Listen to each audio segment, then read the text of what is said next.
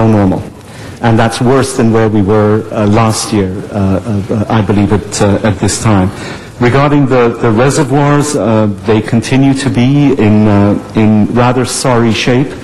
Metropolitan is down to, I believe, having just about 1 million acre-feet in storage above emergency levels. And 1 million means nothing to most people. What does it mean in percentage of their capacity? It's gone down significantly. Metropolitan has invested, and I should point out that we do have Jeff Keitlinger, the general manager of Metropolitan Water District, here today, and he can answer questions for you also. But Metropolitan has invested significantly in groundwater storage. They had about 4 million acre-feet of storage available when this situation started.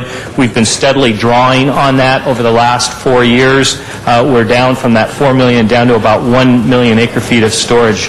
A very animated Councilmember Hahn contends there's been a water crisis for more than a year, but doesn't believe the implementation of shortage year water rates are appropriate at this time.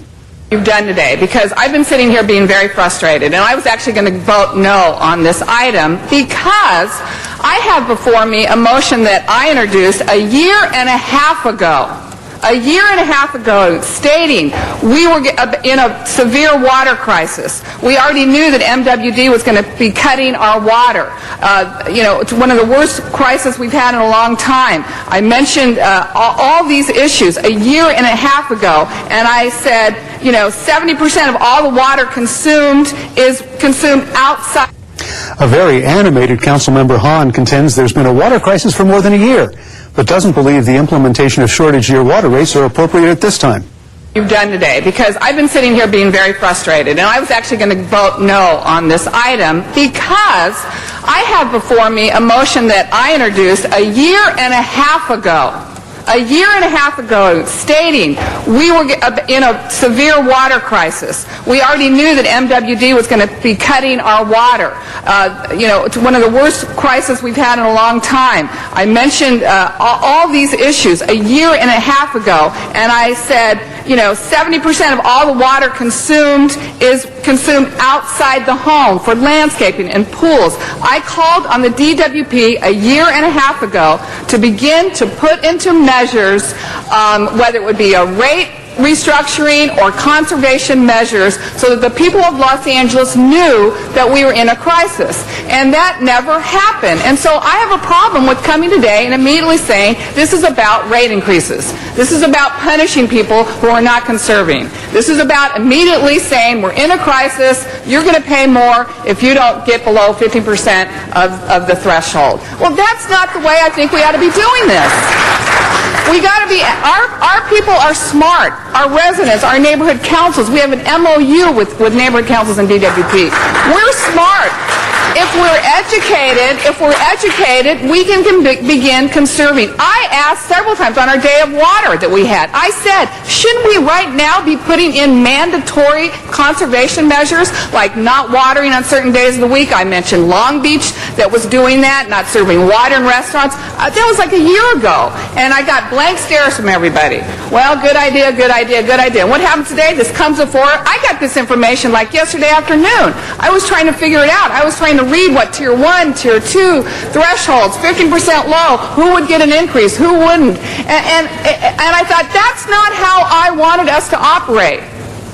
I wanted us a year and a half ago, colleagues, I introduced this, saying, look out, we're going to be in a shortage. What are you going to do to educate people? I say put in all the possible conservation measures right now before you begin to hit people with a rate increase. Let's try it. Let's try it the other way first. Madam Clerk, please open the roll on, this would be a yes vote if you support Ms. Perry's motion of disapproving today. Okay? Does everyone understand that? Okay. Yes means no. Thank you. Madam Clerk, please open the roll on this item. Close the roll. Tabulate the votes. 14 ayes. Okay, thank you. And joining us now is the General Manager of the Los Angeles Department of Water and Power, H. David Nahai. Mr. Nahai, welcome back to Council Week in Review. Thank you. It's good to be with you again. We've just seen a rather lively discussion about water, really the lack of water. The truth is that Los Angeles itself doesn't actually have a lot of its own water, does it? No, Los Angeles has very little in terms of indigenous water resources. Around 85% of our water is imported from outside the city. When we talk about rainfall being 30% below normal, therefore we're not talking about within the city limits of Los Angeles, are we?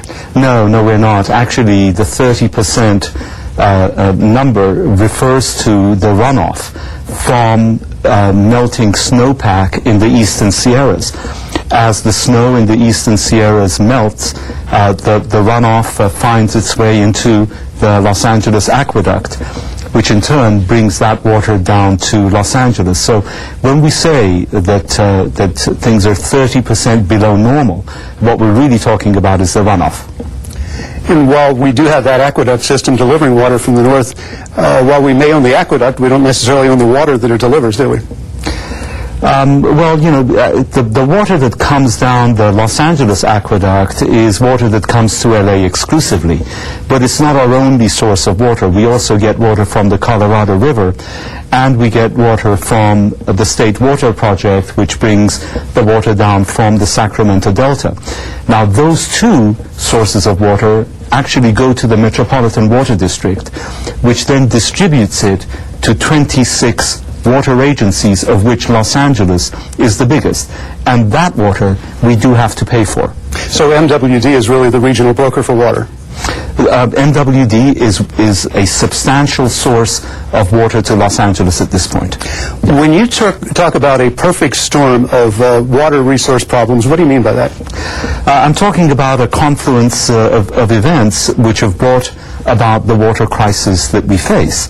We're talking about low snowpack in the eastern Sierras, a very erratic pattern which has resulted in 3 years of really exceptionally low snowpack.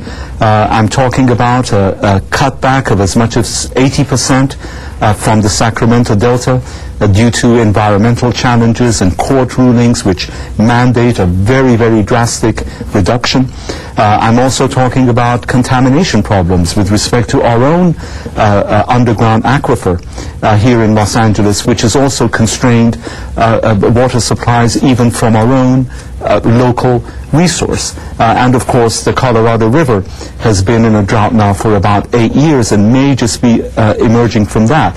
So it's all of these factors, it's a combination of all of them that has led us to this place that mandates extensive conservation as well as all other short-term and long-term measures that we have to take in order to provide for the future of the city. All right, let's move on to where the water hits the tap. You've got Tier 1, Tier 2, upper limits, rate increase, 15% reduction. Could you sort all this out for us? Why the two tiers? Who falls into what tier?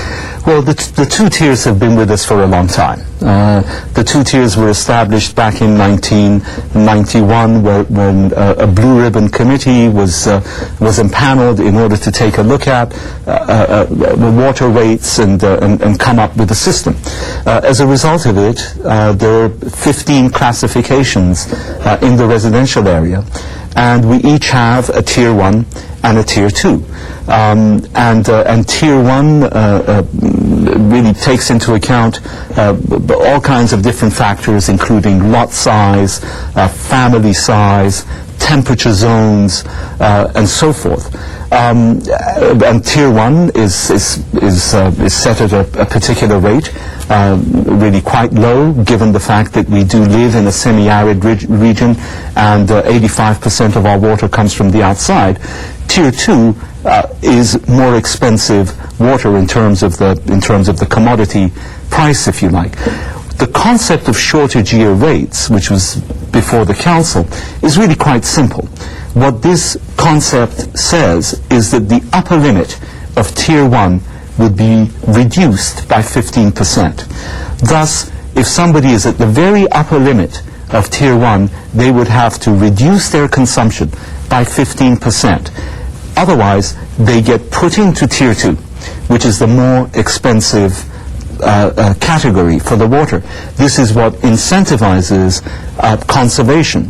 This is the device that is utilized. I should also add that that this concept, this methodology, if you like, isn't new. It was actually devised back at the time of the last drought, which was 1991-1992 timeframe. It just hasn't been enacted, and what we're seeking to do is to enact it at this time. One of the council members also asked the question quite directly, why don't we just set a simple, albeit higher rate for water and do away with the tier system altogether? You just mentioned incentives as one reason. Well, I understand the council member's statement and suggestion, and we will be going back to the council with some suggestions for a revision in the rate structure. But if we take a look at history and take a look at how long it took in order to arrive at the present structure, we'll realize that this is no simple matter. And I don't think it is something that will take place in a short time frame. In the meantime, we have a crisis that we have to deal with right now. We have to cut back our water use. There are no two ways about it.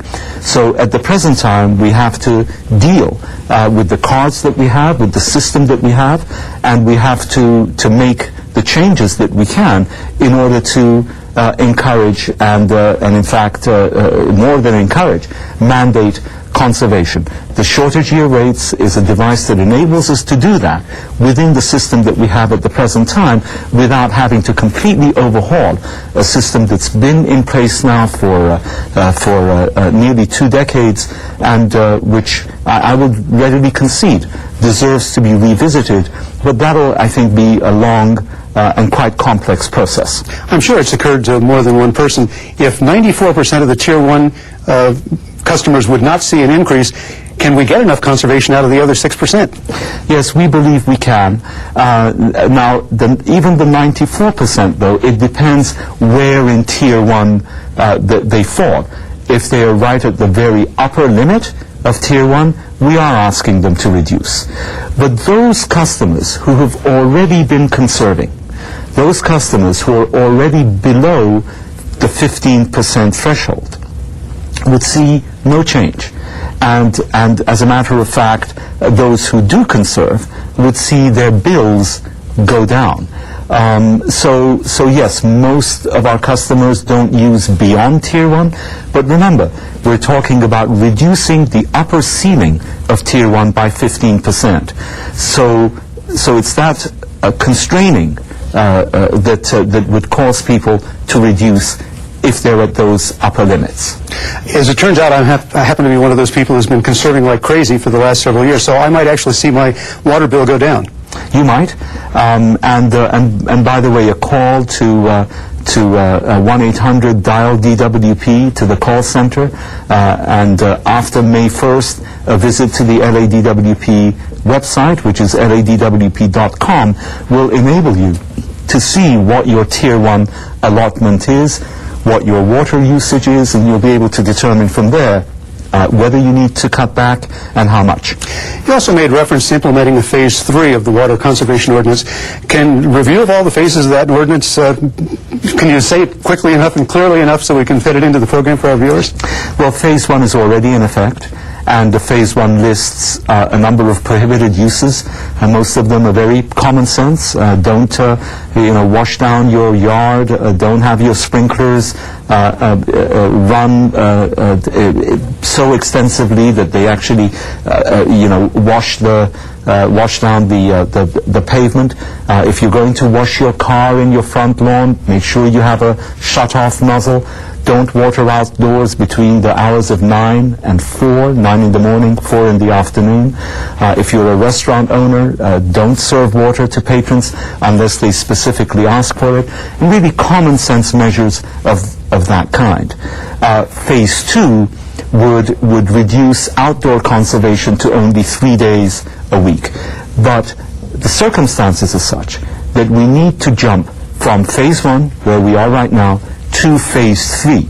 And the difference with Phase 3 is that it prohibits outdoor water use, outdoor sprinkler use, I should clarify, except for Mondays and Thursdays. That has been adopted by the Board of Water and Power Commissioners, but it has not yet been adopted by the City Council. It's wending its way through to the Council for consideration. And of course, you have a number of programs available to help customers explain the low-income and Lifeline programs. If you will, you mentioned, I think, the phone number and the website. Anything else? Yes, I really would encourage a visit to the website in particular, where our customers will find an entire array of rebates and incentives. For instance, clothes washers use a great deal of water. If our customers will switch to a water-efficient clothes washer, DWP will give them a $250 rebate. There are many other rebates of that kind, many incentives for people to, at the same time, reduce their water consumption and reduce their bills.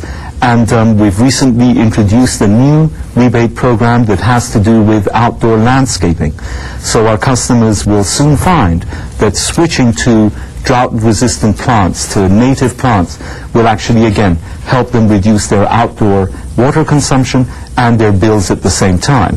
And this is in recognition of the fact that on the residential side, about 40% of our water use is outdoors. So by tackling the outdoor use, by cutting back our outdoor sprinkler use, we'll be able to both meet this 15% reduction target for those who are at the upper tier of Tier 1, and at the same time take care of our pocketbooks as well. Also mentioned on the council floor, of course, water recycling. And I imagine that had some viewers scratching their heads saying, wait a minute, once I've used the water, it's down the drain, it's gone. How does that work? Well, this is something that we must change, and which societies around the world have changed. In many countries, they recycle most of their wastewater and reuse it for irrigation and for drinking purposes, and do it very safely and in a way that's proven. In Orange County, there is a very successful recycling program for potable use, and it uses state-of-the-art technology, reverse osmosis, microfiltration, ultraviolet radiation, and then that water, once so treated and cleansed, is transported to spreading grounds where it's about to percolate through the soil for additional cleansing as well. It then blends with already existing groundwater, and sometime later is extracted and treated and tested again before it is served as very, very high quality water. In LA, we recycle really very little, and we treat our wastewater to a high degree, what's called secondary and tertiary levels, only to dump it in the ocean. That is a waste that we should all find intolerable. And what we need to do is to move forward in a way that enables us to reuse that water, as I say, both for irrigation, for parks, golf courses, other outside uses, but also in appropriate circumstances for drinking purposes. We have the technology. I believe we have wide acceptance on the part of the public, and we must move in that direction. This is the way that we will provide for the future of the city. Very comprehensive and very compelling. If our viewers have questions, if they want to know what their water allotment or water usage is, one more time, how can they get all that information? 1-800-DIAL-DWP, and also our website, ladwp.com. David Nahai, General Manager of the Department of Water and Power, thanks for coming in and joining us on Council Week in Review. Thank you very much. It's been a pleasure being here with you. We are in a drought, and we must all do our part to save water. Now, if you need assistance in paying your bill or want to take advantage of one of the rebate programs offered by the Department of Water and Power, you may also dial 311, your one call to City Hall. You can listen to City Council meetings as well as committee and commission meetings on the telephone by using the city's council phone system. In the downtown area, dial 213-621-CITY. In West LA, dial 310-471-CITY. For the San Pedro area, dial 310-547-CITY. And in the San Fernando Valley, dial 818-904-9450. Just follow the recorded instructions for the meetings you want to hear. And we invite you to address the Los Angeles City Council on any item on the council agenda, as well as during public comment. You may come downtown to City Hall or go to either the Van Nuys City Hall or the San Pedro City Hall and participate via video teleconferencing. And you can watch all Los Angeles City Council meetings live in their entirety on Tuesdays, Wednesdays, and Fridays beginning at 10 a.m. On Sundays, you can watch the replay of all the week's meetings, also beginning at 10 a.m. Council Week in Review can be seen Monday through Friday at 9:30 a.m. and 6:30 p.m. and on Sunday at 9:30 a.m. Well, that concludes our program for the week ending April 10th, 2009. On behalf of Monty Duarte and everyone here at Channel 35, I'm Jack Popejoy. Thank you for watching, and please join us for the next Council Week in Review.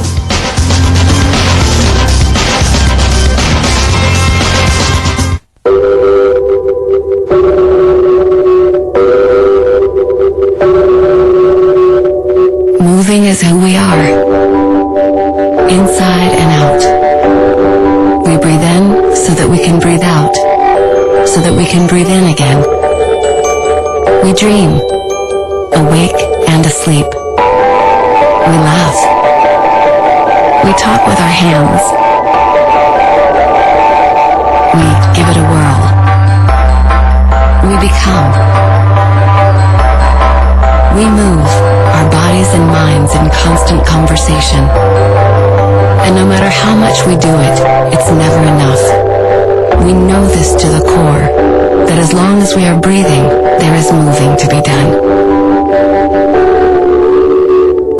Multiple sclerosis stops people from moving. People with MS understand something about moving that is hard for most of us to comprehend. That moving is not a guarantee. MS is a disease that damages myelin, the protective tissue that surrounds the nerve fibers of the brain and spinal cord. When a person has MS, myelin is lost, and that leaves behind scar tissue called sclerosis.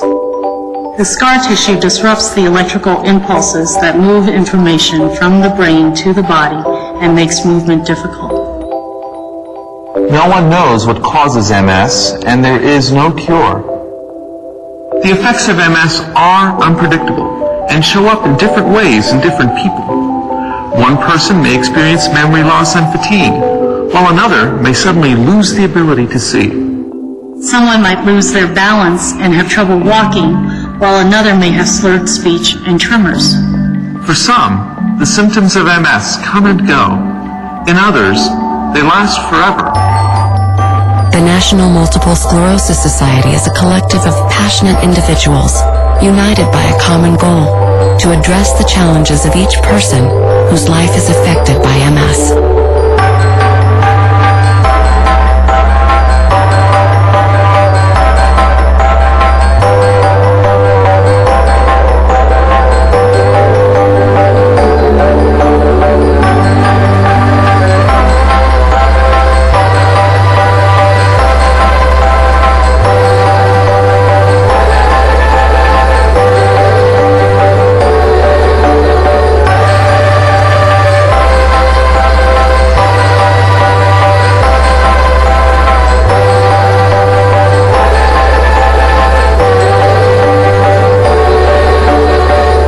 The National MS Society leads these initiatives because we believe that moving is not just something you can or can't do, but rather is who you are, that if you are alive, you are connected to the potential, the hope, the momentum of it all. You move along with, because of, and in spite of the great big turning world.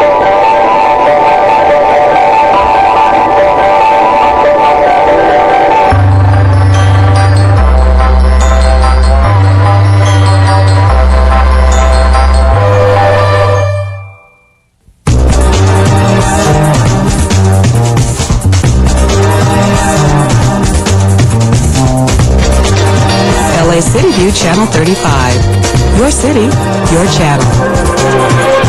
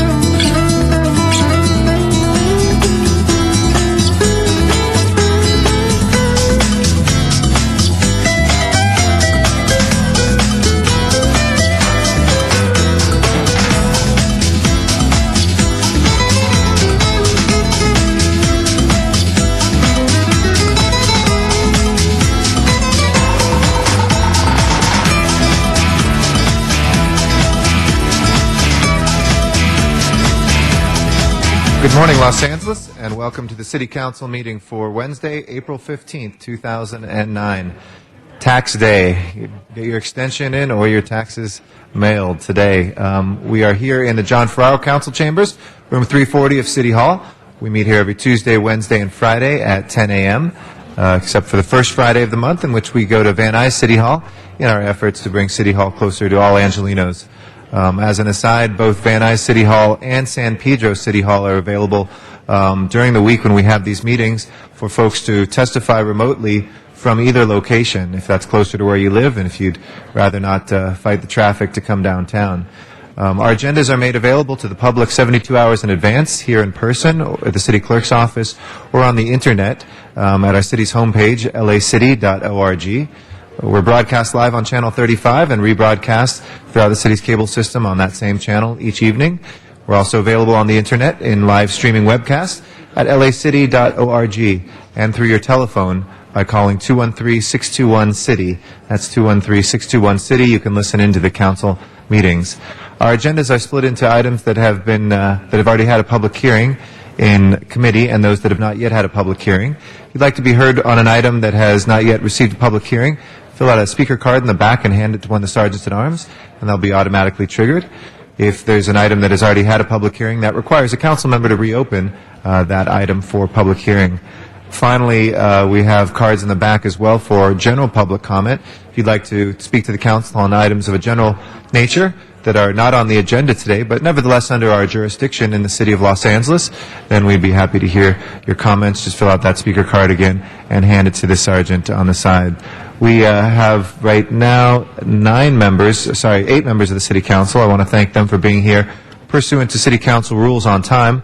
That's council members Gruhl, Hahn, Labange, Reyes, Rosendahl, Smith, Weiss, and Zine. Takes us to 9 members. We're waiting one more. And right now it's Councilmember Huizar who's late and Councilmember Wesson. I know Ms. Perry is on her way down chairing our Energy and Environment Committee upstairs. As soon as we have one more council member, we will begin the meeting. I want to thank everybody who is here for their patience, and we'll begin the meeting shortly. Again, council members Huizar and Wesson, if you'll please join us right away so we can begin the meeting. Thank you.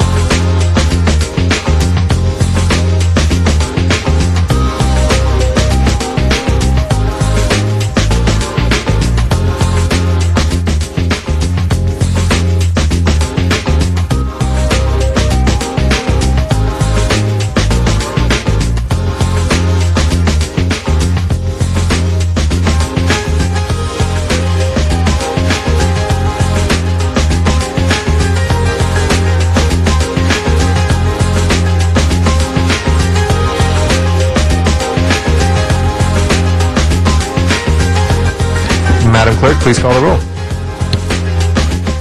Alarcon, Cardenas, Gruhl, Hahn, Huizar, Labange, Parks, Perry, Reyes, Rosendahl, Smith, Weiss, Wesson, Zine, Garcetti. 10 members present and a quorum, Mr. President. First order of business, please. Approval of the minutes. All right, Ms. Perry moves and Ms. Gruhl seconds. Without objection, those minutes will be approved. Next order of business. Commendatory resolutions for approval. Mr. Labange moves and Mr. Weiss seconds. Without objection, those will be approved as well. If we can run through the agenda, please. On the regular agenda, items noticed for public hearings, items 1 through 6 are street lighting district ordinances, and I believe 12 council members will be present. Do you wish to hold those? Yes, please. Let's hold the ordinances on the desk until Mr. Weezer and Mr. Wesson are here.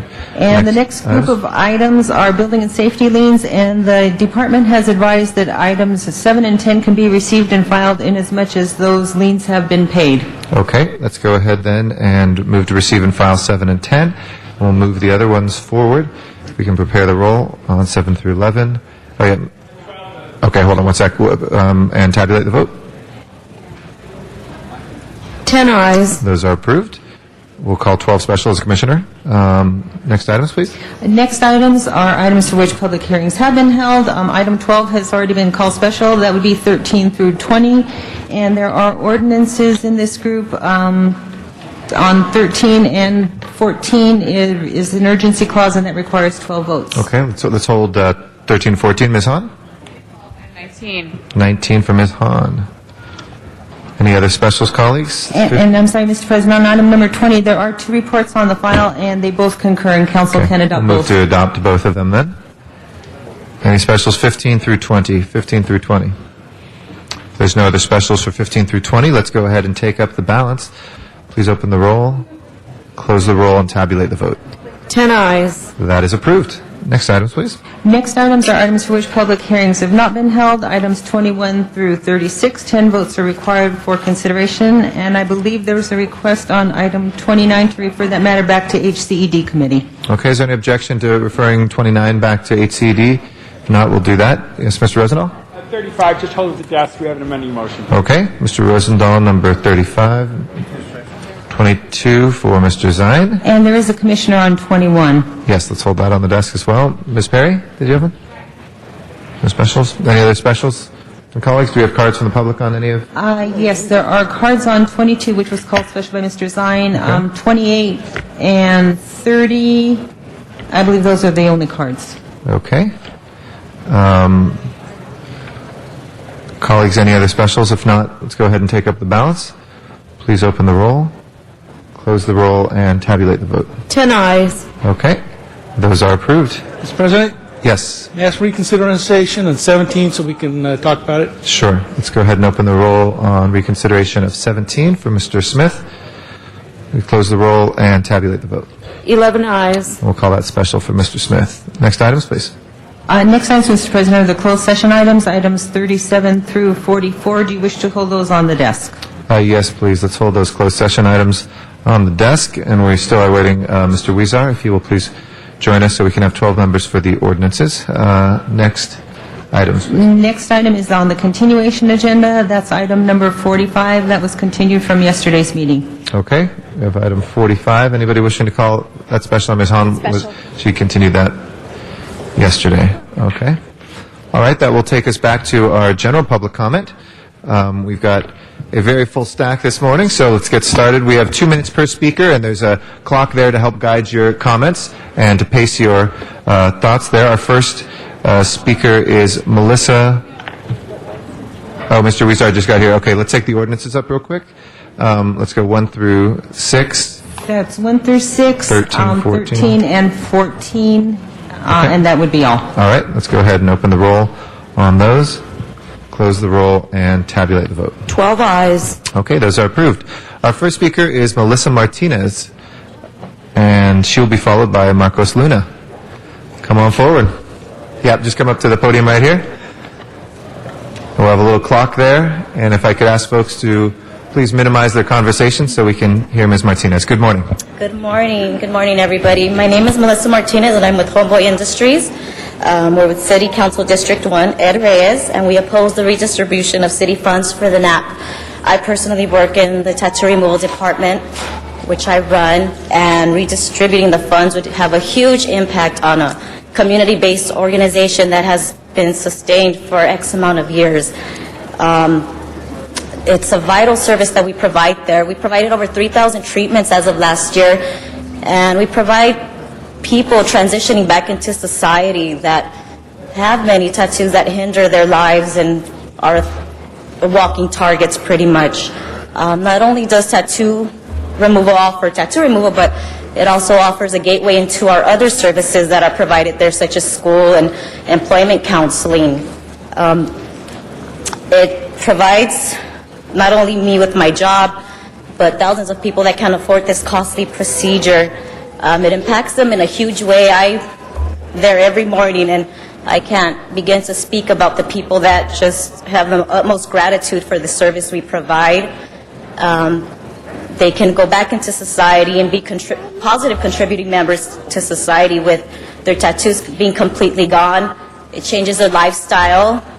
For those who have kids, it's a positive influence on their lives. They can walk in the middle of the streets with their kids, with no longer being a target, et cetera, et cetera. With this fund being taken from us, with 3,000 members on our waiting list as of now, that would put even a huge roadblock on our waiting list as of now. People are just really excited about the services we provide, and Homeboy Industries is an established environment where people feel welcomed and will not be judged for them wanting to be positive role models. Thank you very much. Appreciate your testimony today. Thank you for coming in. Marcos Luna is our next speaker.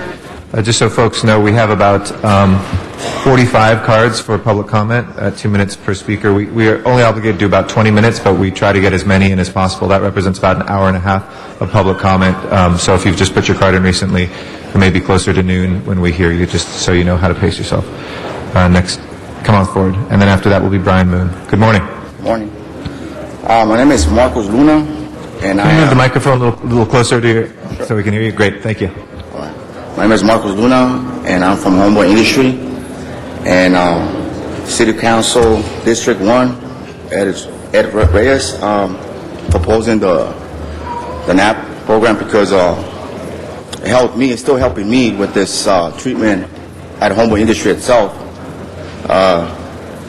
Like I said, we still need more, just to keep on funding and putting more input to this foundation that we have at Homeboy Industry, because it helps you. Because I'm a former gang member too, and it has treated me, but as you can see, I'm still going into treatments.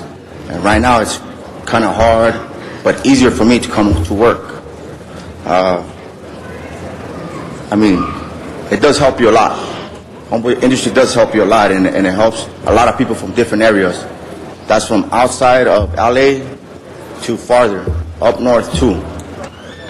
And as for me, I'm still going through the treatments, still kind of awkward to these treatments because what I did to myself, and it hurts to see other people and other generations to keep on seeing me as a former gang member. And at the same time, I be treated differently because of what goes on to what they look, and instead of talking to me. But at the same time, I'm doing these treatments because it's for me, for what I have done to others, but at the same time, I have paid my price for this. I have done 17 years incarcerated, but at the same time, I have a chance now to establish a new life, starting with treatments. With Homeboy Industry, with my face, half of my body is mostly covered, but at the same time, I'm trying my best, but keep on posing this NAP program because we need Homeboy Industry. Keep on moving for other people. Thank you very much. Appreciate your comments. Brian Moon is our next speaker. After Mr. Moon will be Oscar Johnson. Good morning, Mr. Moon. Good morning. Twice. Go ahead. It's all yours. Hi, my name is Brian Moon with Homeboy Industries, and we are located in the City Council District 1, Ed Reyes, and we are part of the Coalition for Community Ownership. And I'm here because I oppose the redistribution of funds for NAP. Besides working at Homeboy Industries as an employee, I do have tattoos, and I am getting my tattoos removed.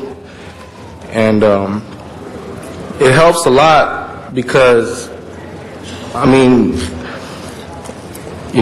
it gives people second chances, it gives them hope, and it's just another step forward to changing your life from negative to positive, and it tends to give people faith, especially where we are in Homeboy Industries. You know, we don't judge. You know, it's because we want it, because we want to be productive and positive, just people that help, you know, good people in the community.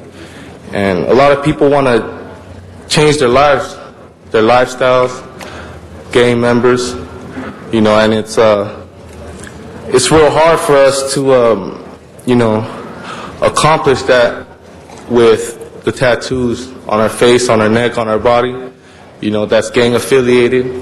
You know, I have a child myself, and I want to be a good role model to my son. And tattoo removal is just one of the ways to, you know, to be that. It's just another step. And, you know, I'm just speaking from my heart. And I could say that I'm not only speaking for myself or for Homeboy Industries, but the people of, you know, LA. Thank you very much, Mr. Moon. Appreciate you speaking from your heart. Oscar Johnson is our next speaker. After Mr. Johnson will be Keith Miller will follow Mr. Johnson. Good morning. My name is Oscar Johnson. I speak for the oppressed and speak for culture change. First of all, I'd like to know, we'd like to stop corruption in government, end government waste, end illegal immigration. We need a fair government. We need a government that can respect all people. We need to take guns out the police hand. We need to recall Chief Brandon. We need to indict Marigosa. We have millions of African-American males not working today.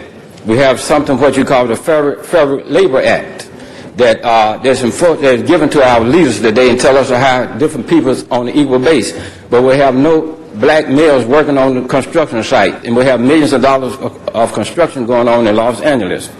We need a fair and just government. We need a government that can represent all people. We need responsibility. We need to end racism, and we need to end economic racism. We need to go forward for the future. We need families back. We need to listen to our president. President Barack Obama and his wife Michelle Obama is leading us in the right direction. Michelle Obama said she wants the teach the African-American female motherhood and wants the African-American female to cover themselves. And I also read where President Barack Obama said he wants African-American Muslims work together with him in the White House. But I think if the African-American Muslim can work together with their leader and support their leader, they can make a better impact than working with Barack Obama in the White House. But anyway, I think if President Barack Obama can have him a spiritual advisor, a religious spiritual advisor that knows the way better than anyone else and can listen to him, he can really make an impact with this country to remake America and remake the world. We'd like to send our condolences to the Palestinian people for the terror they keep receiving against the Israel. We send U.S. war machine, leave Israel now, leave the Middle East now. We need a fair government, we need a just government. We need, and Jane Perry and Herb Weston can do more for their citizens than what they're doing. We need the government to come down to the will of the people. Thank you, Mr. Johnson. Yes, Mr. Labange? Can you stop the clock, Madam Clerk? It's not running. Have a lot of, I want everybody to have a chance to speak. If you could hold that clock, that we alter it to 1 minute public comment so everybody will get a chance to speak. Okay? Okay. Because not everybody will get a chance to speak if we go 2 minutes. I want everybody to speak. Okay, Mr. Labange made motion. Is there any objection, colleagues?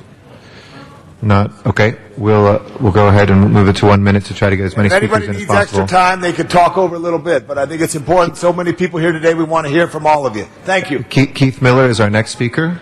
And after that is Paul Gilmore. Good morning. Thank you. I'll keep it short. Hi, my name is Keith Miller. I'm from the Westside Center for Independent Living, Council District 11. I'm part of the Coalition for Community Ownership, and we oppose the redistribution for the NAPs and the FDNs. The Westside Center for Independent Living is a multi-service, successful service servicing Los Angeles residents with all types of disabilities for over 33 years. We are currently part of a strong service network in the SEPA 5 area of the city. Our services are focused on facilitating independence and self-sufficiency to ensure that residents with disabilities are able to participate equally and fully in their community. WCIL, along with the NAPs and the FDNs and the disability community, we serve do not agree with the proposal. We strongly recommend modifications to CDD's proposed plan. Finally, we strongly encourage the city to oppose the present redesign and ensure modifications are incorporated to address the disability community in the SEPA 5 area. To do anything else would be irresponsible and have a devastating impact, surely adding to the city's homeless population as well as increasing unnecessary institutionalization to residents. Thank you. Thank you very much. Appreciate it, sir. Our next speaker is Paul Gilmore. Good morning. Hi, thanks. My name is Paul Gilmore. I live in City Council District 4, and I'm also a part of the Coalition for Community Ownership as part of Hilltop Nursery School, which is in District 13. I'm here also to oppose the CDD redesign and the redistribution of funds for the NAPs and FDNs. I understand that CDD is interested in making sure that we efficiently get block grant money to the people who need it most, but the redesign is not going to do that. It doesn't make sense to me at all. Through Hilltop, I've been able to see how this money, which seems limited, only $70,000 or $80,000 per group, is leveraged by being combined with private groups, with community-based local organizations who can use that money to help people in the best ways possible. The redesign is basically a big block store way of trying to get human services to people.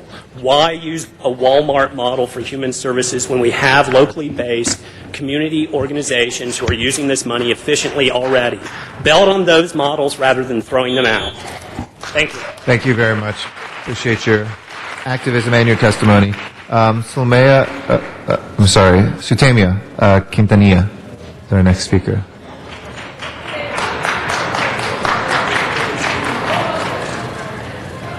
And after Ms. Quintanilla is Matt Nassatir. Good morning. Good morning. My name is Zulema Quintanilla, and I'm here with my son Walter, and we're just here to ask you please to reconsider the fundings for our schools with Hilltop Nursery. And basically I just want to share my story and how I got to Hilltop. I'm a mom of 3.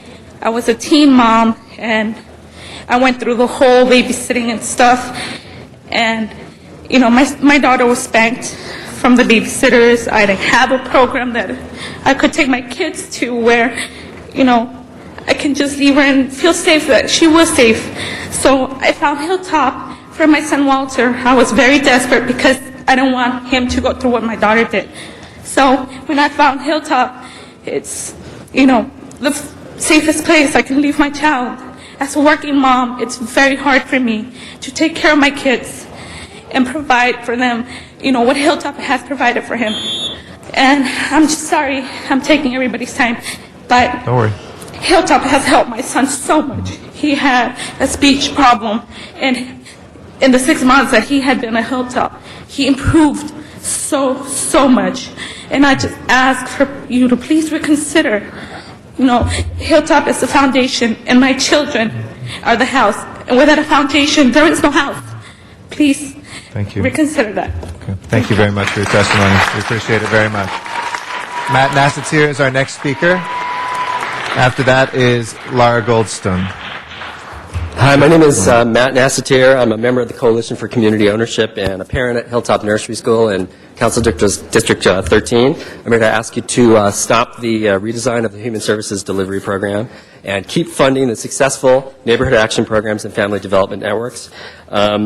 Please partner with the successful, experienced social service providers like those in the Coalition to create ways of measuring results that will allow them to continue to prove their success and continue to serve the community in a meaningful way. These programs have experienced people already working in them, and this will cost jobs. They have decades of experience, and these places are not just shovel-ready. They are working right now, helping people. So there's no startup time. There's no capital investment. There's no time for feeling things out or false starts. These programs show results every day for the people they serve in the communities from all economic levels, just like Hilltop, Playgroup, and these other members of the coalition. So new does not always mean improved, and improvement when needed does not always have to be radical. Thank you. Thank you very much. Lara Goldstone is our next speaker. Lara Goldstone. After Ms. Goldstone will be Angela Rube.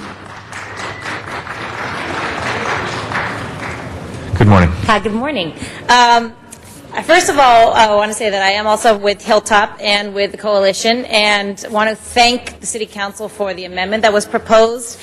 That's a sigh of relief for at least a few months. However, you know, Hilltop has been around for 50 years and wants to continue for 50 more. So we just want to emphasize that we are looking for long-term solutions, and I wanted to mention, along with what Sulema mentioned about the impact it has on the children, that Hilltop practices and teaches a nonviolent philosophy in education, and it has had a tremendous impact on my son, who is a 4-year-old who's had to learn how to use his words and not his hands, as many 4-year-olds do. And Hilltop's been amazing with that. And I used to be a charter school administrator at a middle school, and we lost a huge amount of time when students didn't know how to use their words. I want to just remind everybody how important early education is. I know you guys know that. And just remind you that the investment in early childhood educations like Hilltop will pay off later on. Thank you very much. Appreciate it. Angela Rue is our next speaker. Angela Rue. And after that will be Bretton Boyd. Ms. Rue here? If not, is Bretton Boyd here? Angela, okay. Angela? Yeah. Come on forward. Don't worry. Sorry if I butchered your name in any way. My name is Angela Roa. I'm Roa. a program Gotcha. director at Hilltop, member of the Coalition for the Community Ownership. I oppose the ASDS redesign. First of all, thanks Mr. Garcetti for trying to help us to survive one more year. However, this is not a long-term solution.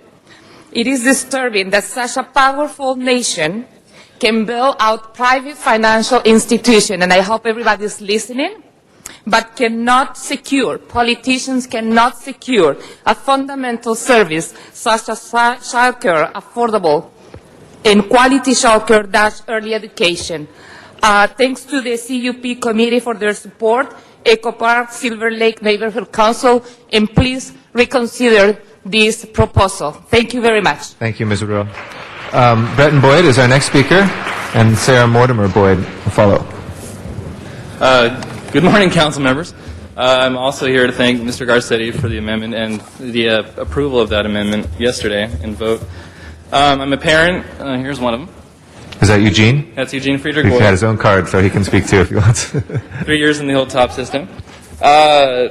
Again, I'm going to be reiterating much, but as an LUSD teacher who has seen in 10 years multiple reforms engaged with gigantic amounts of funding behind it to try to stem a lot of the issues that are present in our educational system, it's very tough for me to see this now going on to the NAP level, because throwing large amounts of money at a problem is not necessarily the key, and that's all I can see happening with the wiping out the community infrastructures that are already present in these communities. And again, the community model, I think, is such an important paradigm, because we can easily translate that model down to other agencies that need the support and assistance to grow community-based units. That way, we have a giant quilt throughout the city of community agencies doing community things. Thank you. Thank you. Sarah? Eugene, you can speak too if you want. Come on. You want to say something? Go ahead. I think I don't want to now. Okay, go with Daddy. Thank you, Eugene. That was his comment. All right. Hi, I'm You Sarah might need to Mortimer translate it for Boyd. us, but Yes. He wanted to say why he likes his school, but I think Thank you. we know. My name is Sarah Mortimer Boyd. I'm a parent at Hilltop, representing District 13, and also the Coalition for Community Ownership. My husband teaches at Marshall. I'm a part-time English professor at Pierce College. We afford to live in Silver Lake only because of our rent-controlled tiny two-bedroom apartment that we share with our 2 children.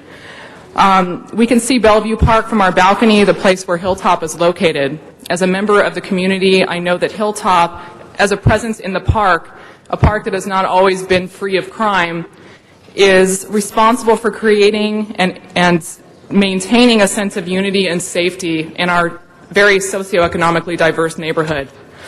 As a parent, I depend on Hilltop for its superior child care and its affordability, and I depend on the real sense of community that it offers. It's a place where we share our experiences and where we're able to instill in our child a sense of responsibility. Please do not take away. Thank you. Thank you, Sarah. It's all right. You can finish your sentence. Thank you. Sandra Martinez is our next speaker. And after Ms. Martinez will be Stephanie, it's either Regal or Rassel. Excuse me. Good morning, council members. My name is Sandra Martinez, and I am speaking as a member of the Coalition for Community Ownership and also as a Hilltop mom in Council District 13. I want to oppose the redesign and redistribution of funding for the NAPS programs. I had more to say, but I'm going to just boil it down to say this. I hope that you as our councilmen and women will listen to us. We have come out en masse to protest and to oppose the redistribution of this funding taken away from our neighborhood action programs. Please not only hear our words, but really listen to us, to our collective voices. We have come from the west side, from the east side, from the north, everywhere, to let you know this is not okay. CUP members, thank you very much for having listened to us. We hope that you, our council members, will exercise the power of your vote to stand with us and to also oppose the proposed redesign of the CCD Human Delivery Services. Thank you. Thank you. Stephanie? I'm sorry, was it Regal? Yeah, Okay. yeah, Stephanie Regal. Regal, thank you. I'm also with Hilltop and the Coalition for Community Ownership, but I'm going to speak today briefly for Ahead with Horses, one of our partners. This is the kind of partnering we've fostered and we've come to because we want to stand up and say we oppose the CDD redesign.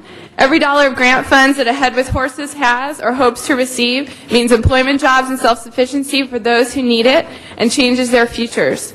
Ahead with Horses, it specializes in helping with multiple and several severe disabilities, getting kids on horses, getting them out there, moving them around, really affecting their lives. Previous funding levels enabled us to train and employ 15 personnel who would not be able to find employment elsewhere. Cutbacks have reduced this number to 4 full-time and 1 part-time. All of the current jobs are now in jeopardy. We have more than 300 volunteers per year. 70 to 100 students complete community service and graduation requirements. More than 500 children participate in field trips and special activities. We've been doing this for 40 years and receiving funding during most of that time, and have maintained an exemplary standard of excellence and unrivaled documented outcomes for the money invested in us. So please listen to us. As again, I'm standing here for Ahead with Horses. I'm standing here for Hilltop. I'm standing here as a mom with my daughter Eleanor. Please listen to us. Thank you. Thank you, Margaret. Odilia Gonzalez is our next speaker. Odilia Gonzalez.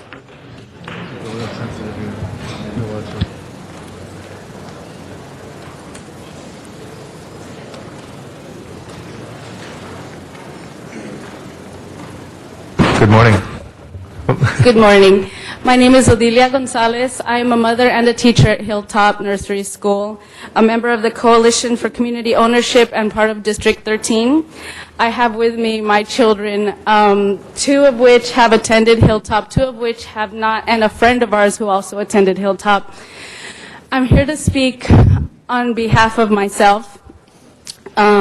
Working there has opened my eyes to many new things that I have been able to experience with my family. Even though my 2 older ones were not Hilltoppers when they were children, they have learned very valuable lessons just being there as volunteers. And my husband and I have grown a lot as parents, being that we were very young parents. We started when we were only 17 years old. This school has taught us how to love and how to listen, which is something that America does not have right now. We're not listening, and we need to listen to our youth because they're the ones that are going to carry us through the future. And that's what they learned there. That's what we've learned there. And all the families that have walked in, maybe with blinders on their eyes, have opened those blinders to see what it is that they have to offer us and what it is that we have to learn from them and offer to them as well. So this redesign, as lovely as it may look on paper, I can't see the reality of it, and I don't understand why you want to reinvent a wheel that's working just fine. Maybe you should have us lead this and let us help you help the rest of our future, because our future does need a lot of help. Thank you. Thank you very much. Appreciate your comments, Adelia. And thank you to all the students that are here, too. Betsy Chapman is our next speaker. After Betsy will be Matthew Kennedy.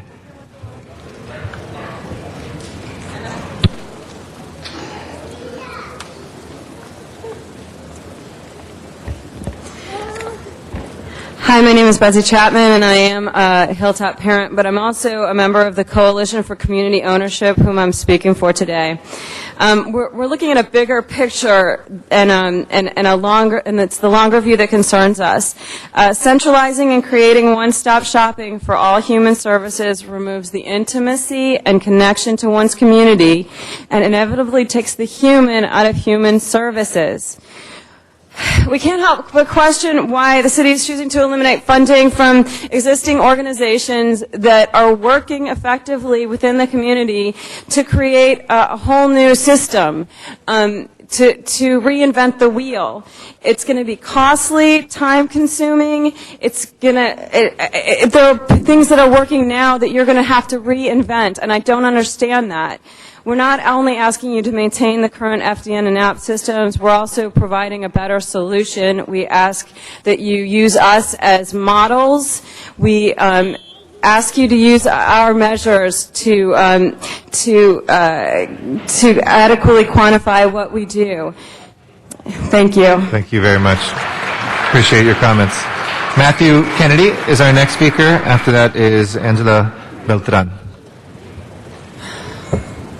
Good morning. My name is Matthew Kennedy, and I'm the Operations Director at Hilltop Nursery School. I'm also here as a representative of the community, the Coalition for Community Ownership, which again is a partnership of neighborhood action programs and family development networks who are opposed to the CDD's redesign of the human services delivery system. You've already heard my story, and I would like to thank the council members and President Garcetti's office who have responded to our call. But I am only one of thousands of stories many you are going to hear today. My hope is that through these stories, you will develop a sense of how truly diverse and vital these services are to so many communities across the county of Los Angeles, and how creating these centers are going to be very destructive for many of us, and that's why we're here. This is something very close to our hearts, very close to the hearts of our communities. And I hope you listen to these stories and take them into your hearts. Thank you. Thank you very much, Matthew. Appreciate your comments. Angela Beltran is our next speaker, and then Jessica Pimentel Mendoza. Good morning. Good morning, council members. Good morning, President Council Garcetti.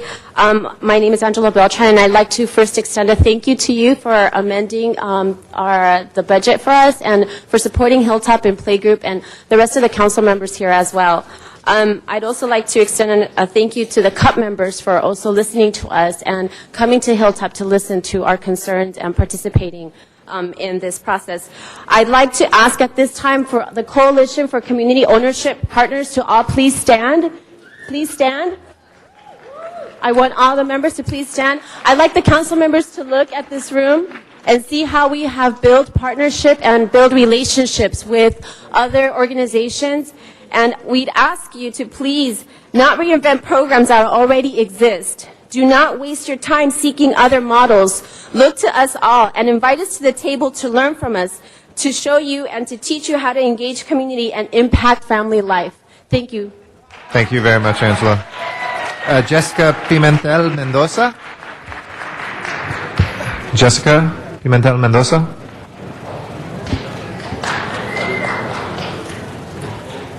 And after that will be Nona Baroma.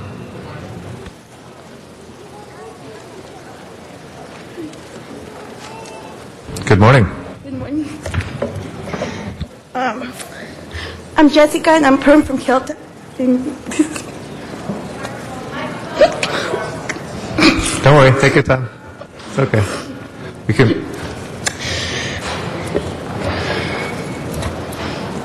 We ask the community to find our needs as well, and we're here to support you.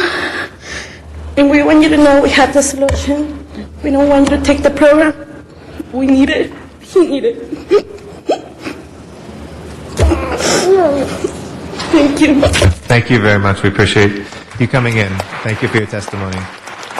Nona Baroma is our next speaker, and then Nicole Gantney. Good morning, Council President Garcetti and other Morning. council members. My name is Donna Baroma, Director of Playgroup, located in Echo Park, part of CD 13. I'd like to take this opportunity to thank you for trying to find us for 1 full year, and also the CUP Committee and the Silver Lake and Echo Park Neighborhood Councils for their support. But I'm going to cut down to the chase. You've heard about the wonderful work that we've done, and you might argue and say, but you only serve 18 to 36 children between Hilltop and Playgroup. But I wanted to say that there's something interesting that's developing here. Back there, Kate Crowley, Director of Atwater Park Center, myself, and Angela Roa have been sharing resources. It's interesting that with the loss of this funding, we've been collaborating, sharing our expertise. And so when you look at the redesign, I want you to look at, you're going to have to decide between 15 FBC centers like this, or a chain link of strong NAP agencies that are already experts in what they're doing and they're doing their work well, collaborating. What I want you to consider is to retain the present system but support our collaborations and make us accountable. Thank you very much. Thank you for the very effective visuals there. Nicole Gantney is our next speaker, and after that is Dr. Kate Crowley. Good morning. Good morning. My name is Nicole Gantney. I'm also with Playgroup. I'm here to speak on behalf of my students. There's 5 of them to represent. I understand the needs for the proposed family development centers and portals, but what I can see and I can feel and what these children and their families can see and feel is the need for the institutions like Playgroup and Hilltop that are nestled within the communities, that build strong communities. These children at a young age, when their learning curve is at their highest, are learning to be what it means to be a productive member of a community. Every day we are giving these children the tools they need to approach conflict nonviolently, exposing them to diversity, not only racially but socioeconomically as well. We are teaching these children to put away their fists and take out their words. We are teaching these children to care about the people, the creatures, and the environment that make the community in which they live in. We are building strong children, and these strong children are the ones who are going to be walking these streets in 10 and 20 years. And I know these strong children are going to go on to build strong families. Strong families build strong communities, and this community that our institution has served for over 35 years will suffer a tremendous loss. These children need Playgroup. These families need Playgroup. I need Playgroup. And all of you as members of this community needs Playgroup to persevere in its mission, delivering affordable childcare and its nonviolent bilingual philosophy, and continue to serve this community, building strong, productive, community-oriented individuals. Thank you very much. Thank you very much. Dr. Crowley. Good morning. Good morning. Thank you. I'm glad to be here. Good to see you. I'm Dr. Kate Crowley. I'm from USC Department of Occupational Science and Occupational Therapy, and I'm the program director at Atwater Park Center and a founding member of the Coalition for Community Ownership. Yes, here today in force. I am in your district, Mr. Garcetti, and I want to thank you and Mr. Labange so much for your support over the years for Atwater Park Center, a center serving children birth to 3 who are typically developing as well as those with severe challenges. And out of I want to thank CUP also for their support, Silver Lake Echo Park and Atwater Neighborhood Councils for their support as well. And I must say that out of every challenge arise great partnerships, which we have now developed in our coalition. And this will continue, I'm sure, over the years as we share our expertise, our children and our staff members with one another. But in the meantime, the fact that our communities are being torn apart by this proposed redistribution of funds is extremely disruptive. Disruptive what we have each built for 40, 45, 35 years over time. And we ask you to reconsider and not take away the vital links to our community support and strength that we've developed over the years. Thank you. Thank you very much. And I should point out, for those folks who came here and thanking me or thanking the council, we should also thank Mr. Reyes, who was the driving force behind that motion. I know there's much more work to be done, but I want to single you out, Councilmember Reyes, and thank you for your work as well. Marianne Hayashi is our next speaker. After that will be Robert, I think it's either Zubia or Enbia? Zubia, okay. Councilman Garcetti, council members, good morning. Good morning. My name is Marianne Hayashi. Since 1981, I've been the executive director of Central City Action Committee. It's a youth delinquency prevention project. Also received funds from Public Works to remove graffiti in Council District 1 and part of Council District 13. We are part of the coalition we're opposing the structure that CDD has set up for the restructuring of the programs. We're under the impression that we have been doing what they've been asking for. We're accountable, we have measurable goals, and we have taken the cuts. We understand what the city is going through. NAP programs in the last 18 months have taken cuts, but we haven't had any cuts in our programs. We're still serving our communities the same as we did before the cuts. So we understand that. We also understand the mayor's concern for accountability, and since 1981, our youth center, we have provided young people with opportunities for employment. I just want to make sure that you know that all these young people are now productive adults. Some are working here at City Hall. Some are working, they're in unsubsidized employment. So please, if it's not broke, don't fix it. Thank you. Thank you, Marian. Robert Zubia is our next speaker. After that is Michelle Farage.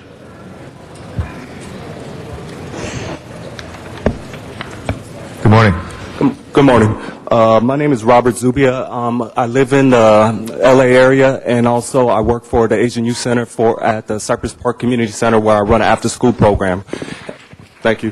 And one of the big things I want to talk about is the biggest strength at the community center I work at is the sense of community. All the kids know each other, all the kids know each other's parents, all the parents know each other, and there's a big sense of community. There's nothing the kids could get away with without the parents knowing that. And it kind of goes to that old proverb, it takes a village to raise a child. Well, it takes a community to raise a child. And I feel like with the restructuring or redistribution through NAP and all that, we'll take that away from our kids. And while you guys are trying to work out all the kinks for the program, there's going to be a lot of kids that fall through the crack. And we can't take a bet on messing things up and trying to fix it later and messing up these opportunities for these kids in the future. Thank you. Thank you very much. Michelle Farage is our next speaker. After that is Naomi Sheffield. Good morning. Hi. My name is Michelle Farage. I'm with the Asian Youth Center. I'm the Director of Youth Programs there. We have an after-school program with the Neighborhood Action Program funding from the city, and we deeply appreciate your support over the years. Like the other programs here, we have taken cuts, and we have done fundraising to supplant those funds so that we are leveraging the funds the city gives us. The thing that I would like you to consider is that centralized one-stop shopping centers, like the proposal now, was conducted in the 1990s. That was the model then.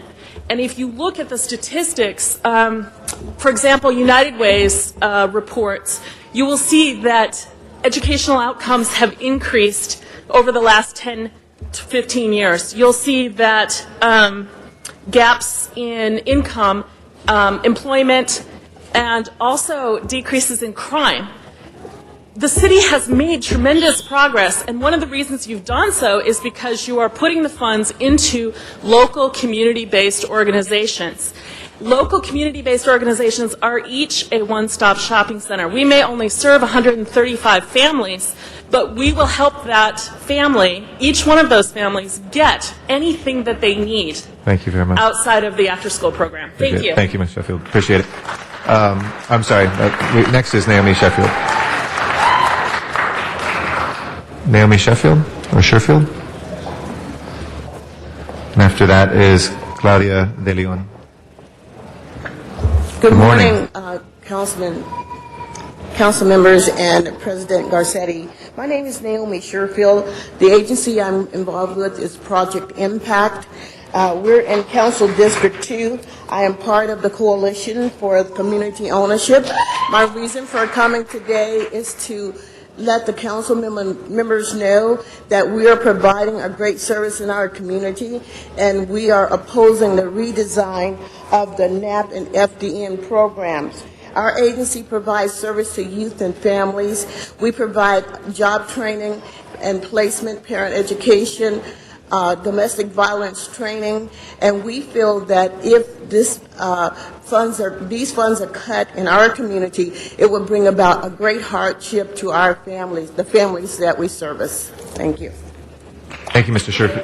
Sherfield. Our next speaker is Claudia De Leon. After that is Maria Romero.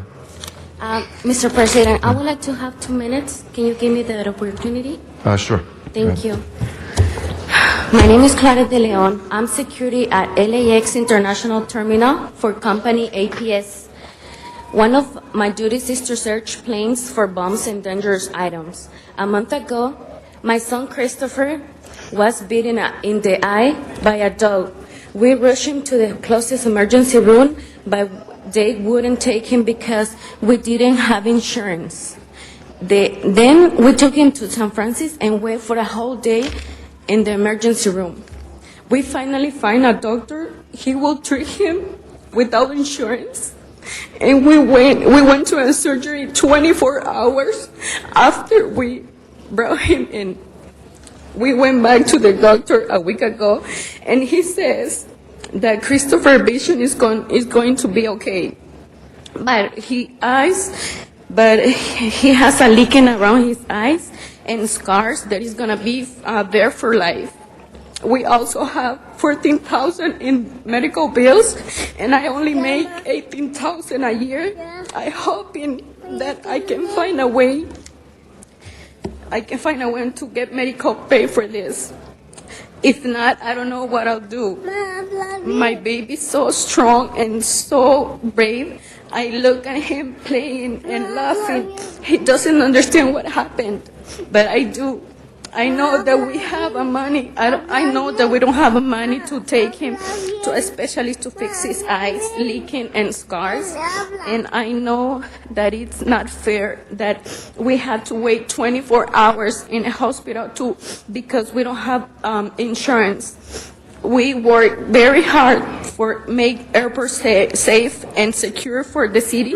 I hope that you guys will support our struggle to win family health insurance. Thank you so much. Thank you very much. Maria Romero is our next speaker. After Maria will be Nancy Gomez. Buenos días, mi nombre es María Romero, trabajo para el aeropuerto de Los Ángeles. Good morning, her name is María Romero, he works for the airport Los Angeles. Y para APS, una compañía privada. APS, a private company. Y todos mis compañeros y yo estamos aquí para levantar conciencia de todos ustedes, porque sabemos que ustedes tienen el poder y la ley en sus manos. We are here, I'm here with all my coworkers to tell you, to ask you to support us and to clear your conscience. Al igual que Claudia, yo también soy madre de 3 hijos y mis hijos sufren decadencia por no tener yo una buena situación económica. At the same, I'm gonna say as Claudia, I have 3 kids and I don't have enough money to pay and I work so hard and I don't have health care insurance. Mis hijos tienen que usar lentes vencidos 1 año. My kids have to wear glasses that are like past due for a year or more. Es increíble que yo trabajando en un lugar tan importante en el aeropuerto de Los Ángeles que recauda millones y millones de dólares, yo no tenga un seguro médico para ofrecerles a mis hijos. It's incredible and disgraceful that I'm working in such a big company and airport very important. I don't have health care insurance. Pero estamos aquí porque creemos en las leyes de este país y creemos las leyes las tienen ustedes en sus manos y creemos que ustedes van a hacer lo que está en sus manos para nosotros obtener ese seguro médico. We are here because we believe in the system and we believe that you have the power to help us and support us in this campaign and so we can have our health care insurance. Porque al igual que Claudia, al igual que yo, hay muchísimas madres que no están aquí, pero las estamos representando. Because same as Claudia and myself, we are so many mothers working at the airport. They are not here, but we are representing them. Y creemos que ustedes van a apoyar. And we believe that you're going to support us. A obtener nuestro seguro médico. Gracias. To get our health care insurance. Thank you. Thank you very much. Nancy Gomez. After that is Mickey Oski. Yes. Good morning. I'm Nancy Gomez. I work with Health Access.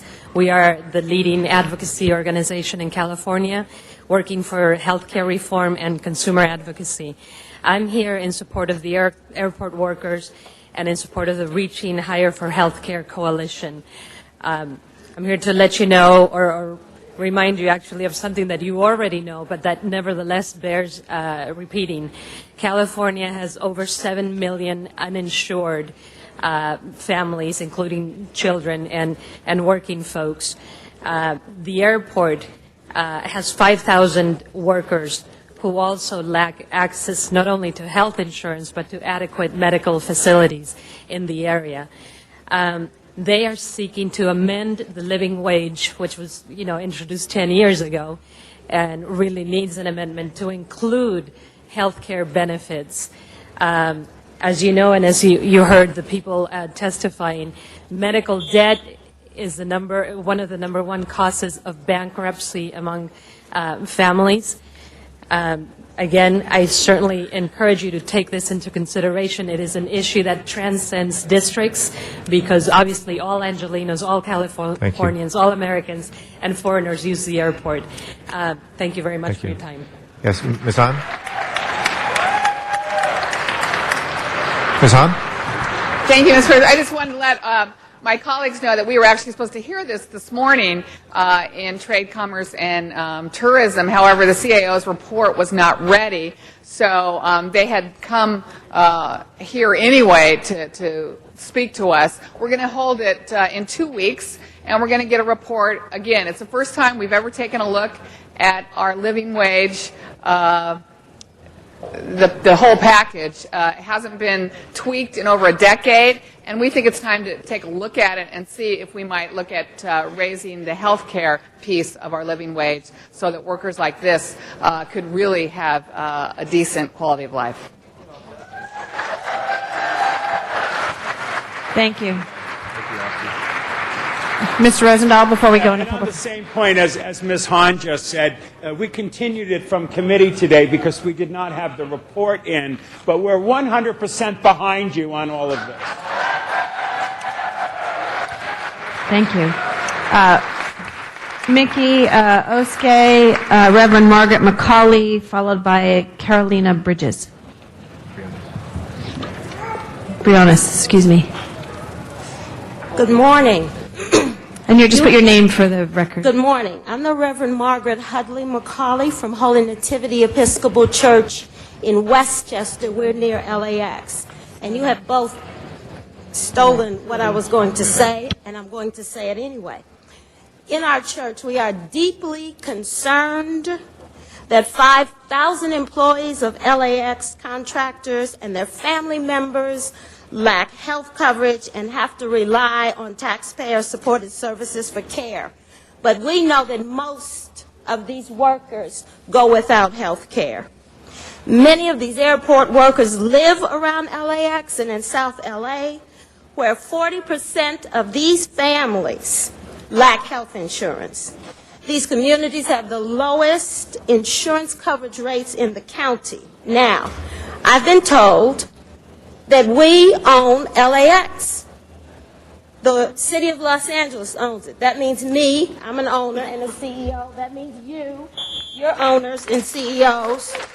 And so it is our responsibility to prevent LAX from continuing to be a source of poverty and illness. We are our brother's keepers. That is what we are. If I could ask you to just to conclude. Sorry, we Go have to stick by fast. the line. Okay. Your minute's up, You so need just to our last update sentence. Okay. The living wage, you know that. You've already said that. But may I say to you, it is immoral that these families lack health care. And so I am telling you, I am trusting you to make the right decision. And thank you so much. Thank you. Mickey? Bye-bye. Excuse me, I think you did mention my name, Mickey Oskey. I did. Can I speak now? Yes. Thank you. I'm Mickey Oskey, president of West Side Progressives, over 600 residents of the West Side who have joined together with the healthcare workers and service unions in support of the coalition called Reaching Higher for Healthcare. Over a decade ago, when the living wage ordinance was passed, It did provide for health care coverage. However, health care insurance has increased substantially, much higher than the Consumer Price Index, and therefore it's now out of the reach of over 5,000 workers at LAX, which is city-owned property.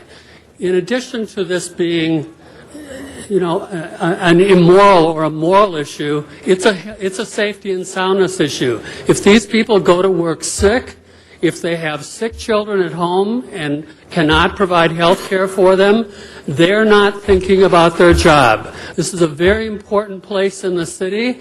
I moved here on the west side because I use the airport frequently, and I want to know that I'm safe and secure when I go there, as do other residents. This is not a budget problem.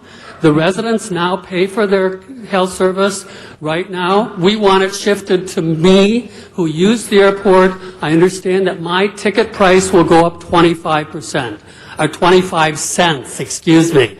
I can bear that expense. Thank you very much. Thank you. And sorry, Carolina, I couldn't read the writing. So, Carolina, you'll be followed by Jane Walsh, followed by Arnold Sachs. My name is Carolina Briones. I'm with the LA Alliance for a New Economy. And today's April 15th, and it's tax day, and I just wanted to remind us all that we're all paying for the health care of these workers with our tax dollars, and it's in the millions of dollars. And why is that? It's because these workers are employed by private contractors at the airport. When they don't get health care on the job, they have to rely on public hospitals, public clinics, free clinics, and public programs like Healthy Families and Medi-Cal. And I just think it's really irresponsible at a time of extreme budget crisis at the state and local levels that folks, when the system is swamped by people who've been thrown out of their jobs and unemployed, that people who are working full-time are not receiving health care on their job at a public facility like the airport. So I just want to thank you. We're really looking forward to this issue coming to the Trade, Commerce, and Tourism Committee and then coming before you on the Council. And thank you so much. Thank you very much.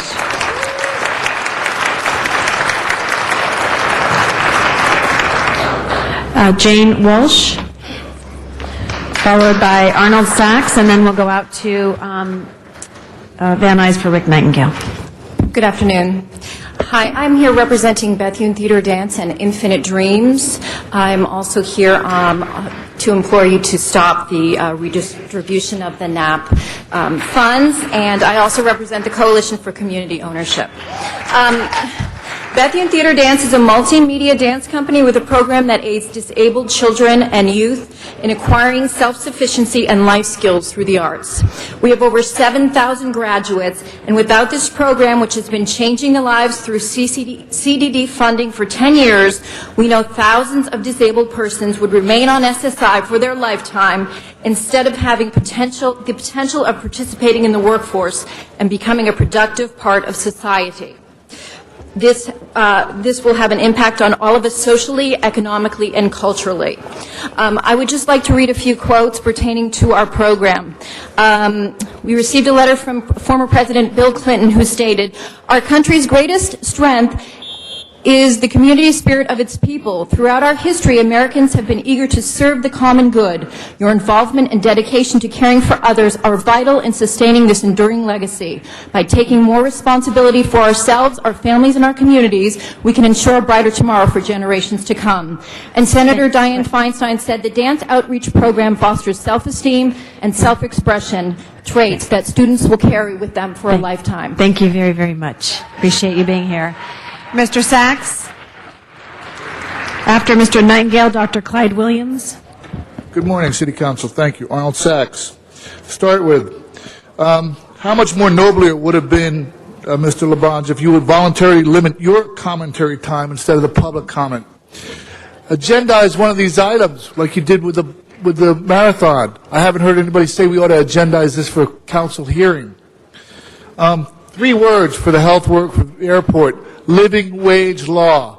Don't for a moment think that these people who sit at this circle, or this horseshoe, didn't know that paying more money would eliminate the health care that you so desperately need.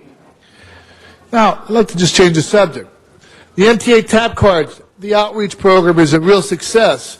Not only have they eliminated day passes, but now the buses no longer give out tap cards. What a winner. Laura Chick's letter, did anybody read it in yesterday's newspaper? She's concerned about the backlog of the rape cases. Didn't she listen to the commentary from the deputy chief here that said that the detectives in the police department had a policy of eliminating or withholding requests for DNA testing? Thank you, Mr. That Sachs. created the backlog. Thank Madam Chair, I'd like a little bit more time. Mr. Sachs, we have you, and you've been able to go through your 1 minute. Thank you. We go back to Rick Nightingale. Yeah, good morning, Rick Nightingale.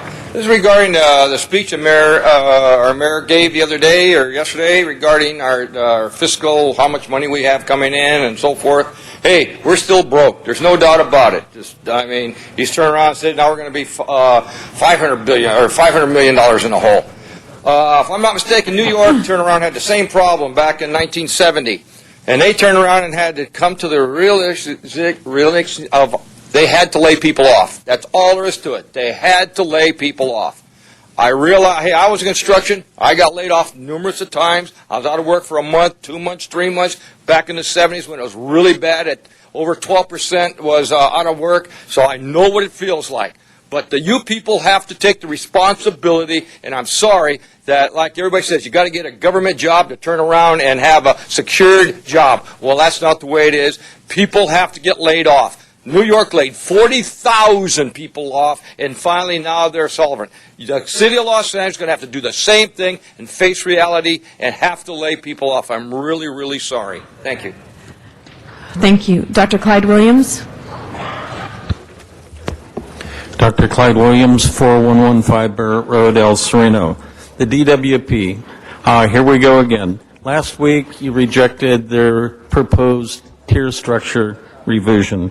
They met yesterday in a secluded venue in Griffith Park and reaffirmed the same one. This morning we had a short meeting regarding the DWP tier revisions. However, there's no clear, fair, communicated, and practical table that says who has to pay at what level. Is it based upon the off-peak use rate? Is it based upon the peak rate? Is it based upon your past rates? There's been confusing leads on this. There's no specific appeal process to this particular rule. Get an ombudsman. I have no problem, but the apartment dwellers will have a problem because the apartment owners will have to impose restrictive water use. DWP needs to get practical in using the neighborhood councils. Thank you. Thank you. Noel Weiss, followed by Chuck Tenon, followed by Walter Bechtel. Mr. Weiss. Long day. I think we got to come dressed as children. Maybe we get a better shot here. Good morning, City Council. Number one, I wanted to basically acknowledge the fact that we were successful partially in getting part of the SB 1818 legislation that was passed, the implementation law, overturned by Judge McNew, along with Doug Karstens in his separate case, and hopefully going forward we'll be able to work with Mr. Reyes and the rest of the council relative to getting a proper SB 1818 ordinance that is fair to all concerned and doesn't result in the destruction of more affordable housing than it creates. Secondly, although Jack Weiss isn't here at the moment, although his name is up there, Mr. Weiss and Ms. Gruhl did sponsor in 2007 a motion that would allow for neighborhood councils to appeal tract map decisions. Mr. Weiss said at a debate at the Sherman Oaks Neighborhood Council that he and Ms. Gruhl would work to get this ordinance passed. It's in Mr. Reyes' committee, it's in Mr. Alarcon's committee, and I would ask in deference and respect to Mr. Weiss's promise to Jill Berard that Ms. Gruhl and Mr. Weiss do a Rule 54 so that we can get the motion passed. Thank you. Thank you. Mr. Chuck Tenon.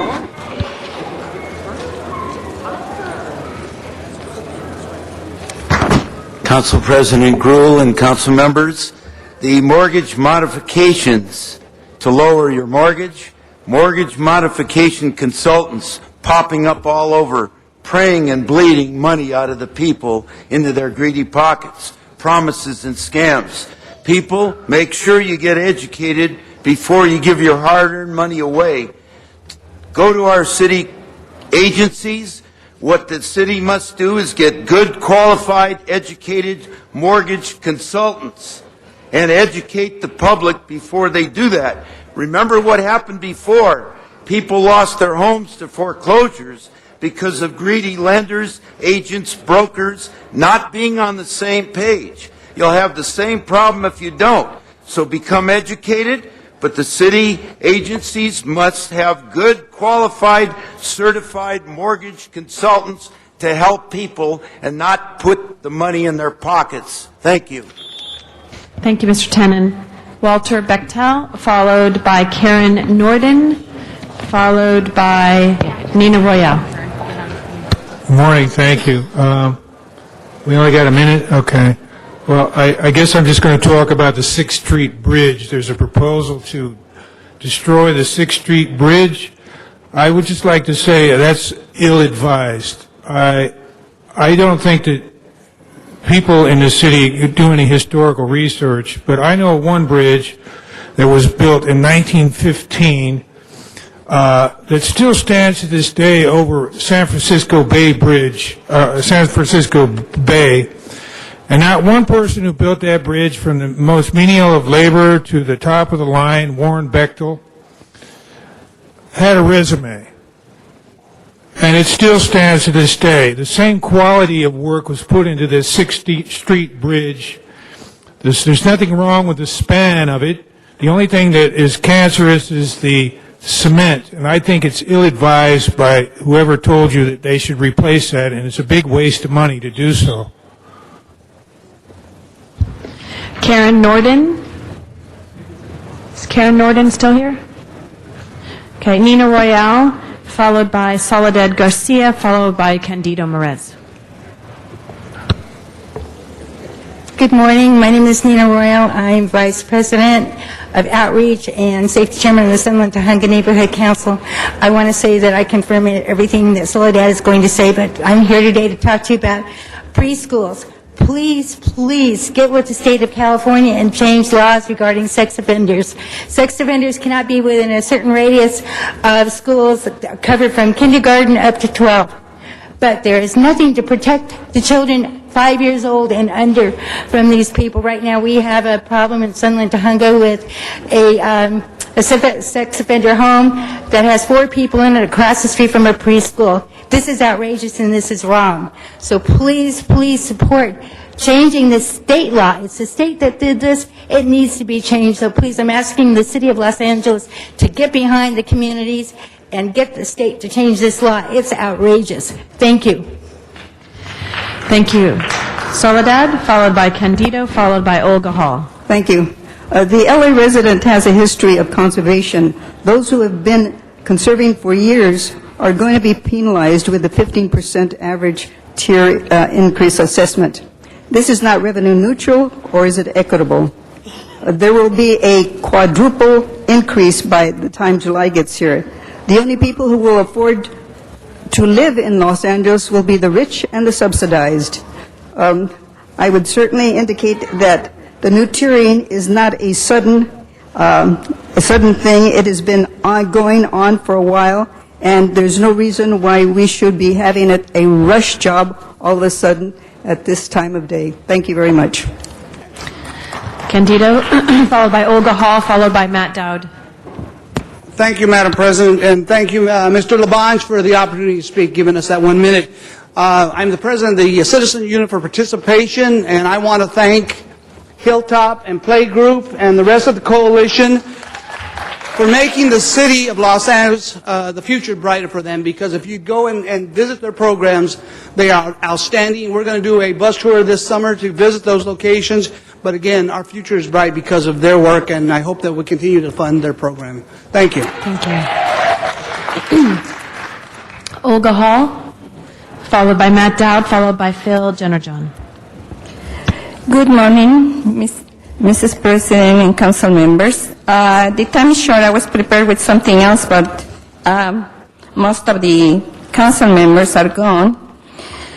So let's see. I'm going to talk about something different this time, the DWP.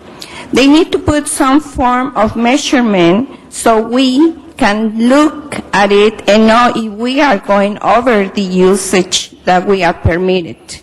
Because it's unfair for us to get fined without having something to look at it and be able to judge how much water we are using.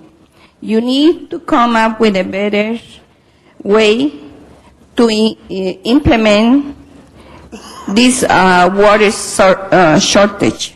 Thank you. Thank you. Matt Dowd. Yeah, thank you. I've been watching the blogs, political blogs around LA, and I see there's one out now, villaragosa.blogspot.com. And the word out now is that since the mayor of Los Angeles is never here, he's only 11% of the time, you got to wonder who's running the mayor's office, and it's someone called Robin Kramer with a K, Kramer. So quite clearly, and she used to work for Richard Riordan and then for Eli Broad. So Eli Broad, can you please take her back now? We don't need a development person in the mayor's office who's responsible for all the overdevelopment, the high density in the city. And then the mayor of Los Angeles went through AB 1381s to try and take over the school clusters and do something about LAUSD. And look what happened. The people said no, so he got his people elected onto the school board. And once they're on the school board, they took all the money out of LAUSD, and now they have to fire everyone. Phil Jennerjohn, followed by Barbara Monahan Burke, followed by Rosario Schuler. Good morning, council members. Phil Jennerjohn. I'm the spokesman for media spokesman for West Side Republicans. Our chairman, Rob Pedersen, invites people to join our organization. We have monthly meetings over by UCLA in Westwood Village. You can find us on the internet, westsiderepublicans.com. You can also find us on Facebook, Westside Republicans. We are currently opposing Proposition 1A. It's a horrible, horrible idea, a tax increase in an economy that can't afford it. We're going to set up tables at the Grove and the 3rd Street Promenade. We're going to be giving away bumper stickers that are given us to us by the Howard Jarvis Taxpayer Association. If Howard Jarvis is against it, you can guarantee it's a bad idea. We're also going to be at the Tea Party rallies today. Santa Monica Pier, 3 o'clock to 7 p.m. Going to have a lot of speakers out at Van Nuys. Out at the Van Nuys Civic Center. That one starts at 7 p.m. Please show up and protest outrageous taxation here in California, because our country cannot continue down this path. The productive members of society cannot bear an increasing burden for the non-productive members. Thank you. Ms. Burke. Council members, I thank all of you who are here to listen. I'm Barbara Monahan Burke, Studio City Board member, Neighborhood Council Board member, and co-chair of Government Affairs Committee, but I am speaking personally in this public comment. The intent of the city charter for public oversight of issues by neighborhood councils needs to be honored with spirit. We need to be at the table at the beginning to help form solutions rather than just have materials run by us at the last minute. Then we can only react rather than advise, which is what we're supposed to do, with a wealth of grassroots community input from groups, businesses, and residents, both owners and renters. That's what NCs are composed of. I look forward to working on this issue of oversight and process with you as it comes up over and over. We have to get this right cooperatively, hopefully working with Councilmember Alacon's Neighborhoods Committee. I would like to make one last sentence. Yesterday, DWP Commission President Alpert advised the city attorney, who was at the meeting in the morning, that it would be good to approach the particular DWP MOU with neighborhood councils with the spirit of the law, not necessarily the nitty-gritty specifics. That's what we would like. Thank you. Thank you. Rosario Schuler, followed by Michael Hunt, followed by Simon Maskell, and Mr. Anthony. Hi, my name is Rosario Schuler, and I am a senior citizen here in the city of Los Angeles. Although I came here for other purposes, I would like to make a general comment, and that is that I would like to see the city introduce some type of legislation in regards to sagging pants. I am so tired of seeing these young folks in their behinds, in their underwear, and I think that it is our duty to enact something to stop this madness. We, after all, are seniors, and we are the ones responsible for leading the way. We have got to do something. After all, Detroit did it, and we too can do it. So I hope that all of you all agree.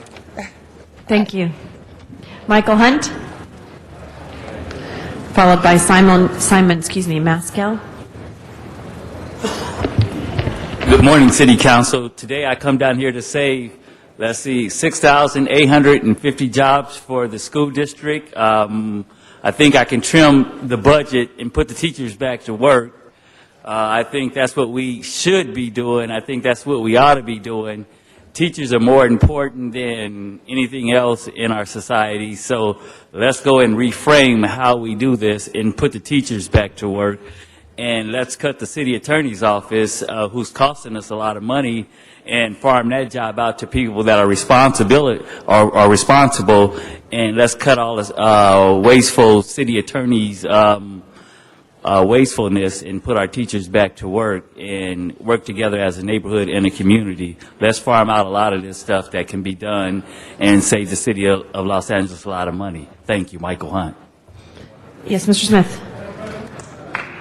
With all due respect, Madam President, we're now 48 minutes over the allotted time for public comment. We have a very long agenda today and a quorum problem later in the day, and I would move the orders of the day and cease public comment. And Mr. Smith, if it would be okay, we only have 2 more cards, so 2 minutes. I think you may have thought there were more than that, so I apologize. So Simon Maskell, followed by Mr. Anthony, and that will be our last public speaker card.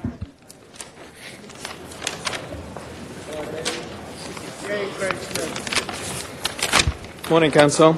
My name is Simon Maskell. I'm here on behalf of Hilltop Nursery School. My children went to Hilltop and continued on through the magnet system into UCs. Successful education, above average kids, extremely well adapted to the multicultural environment. 2 years ago, I helped defend LAUSD against attacks by a well-financed right-wing group associated with Ward Connolly, who you may remember wanted to close down the magnet system. As you know, the school district prevailed, and today the magnet continues as the bellwether for the best public school education in the nation. Without it, as was pointed out to me by the ACLU lawyer representing the school district in the case, LAUSD test scores would be 25% lower than they are. Now, small community preschools like Hilltop and the others are a vital link in the education chain. 95% of their students feed into the magnet system and habitually graduate at the top end of their classes. I talk about a chain, but in fact education is not so much a series of linked events, preschool, elementary, etc., as a holistic environment. You destroy any part of it, the rest will suffer. If I could just ask you to give your last sentence. We have to 1 minute, but thank you very, very much for being here. Mr. Anthony.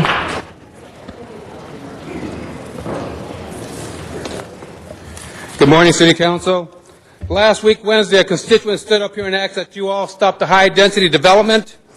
Councilmember Greg Smith stood up and was mad as hell when he said, we're following the state law. Well, it's good to know that you're following the state law. But guess what I found out Friday? You passed a motion for Councilmember Jack Weiss that's going to be a huge bonanza for the developers. That was a state law. That was SB 1185. That was a state law that you changed with that motion to benefit Jack's runoff election and the developers. So if you can change that state law for Jack, you can change the state law for the people regarding the housing development. So here's what you do. You make a motion to stop the housing development. You make a motion to stop the motion for the motion. You pass for Jack Weiss and his buddies. There.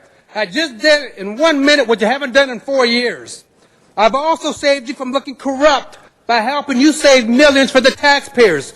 I wish somebody would stand up here and lead, and I wish at least you would lead with some integrity. Thank you. That closes public comment. Madam Clerk, there are several items we need to reconsider. If we can reconsider item 6, which we will put on the agenda, item 36. Then we will also reconsider 8, which we continued for 2 weeks, and 31 and 32, which would be continued to next Wednesday, the 22nd. So put those all together. Madam Clerk, if you could open the roll, close the roll, and tabulate the votes on the reconsideration. 11 ayes. Thank you. So we'll put 6 and 36 on our specials, and the rest will be continued as outlined. Mr. Labange on item number 36.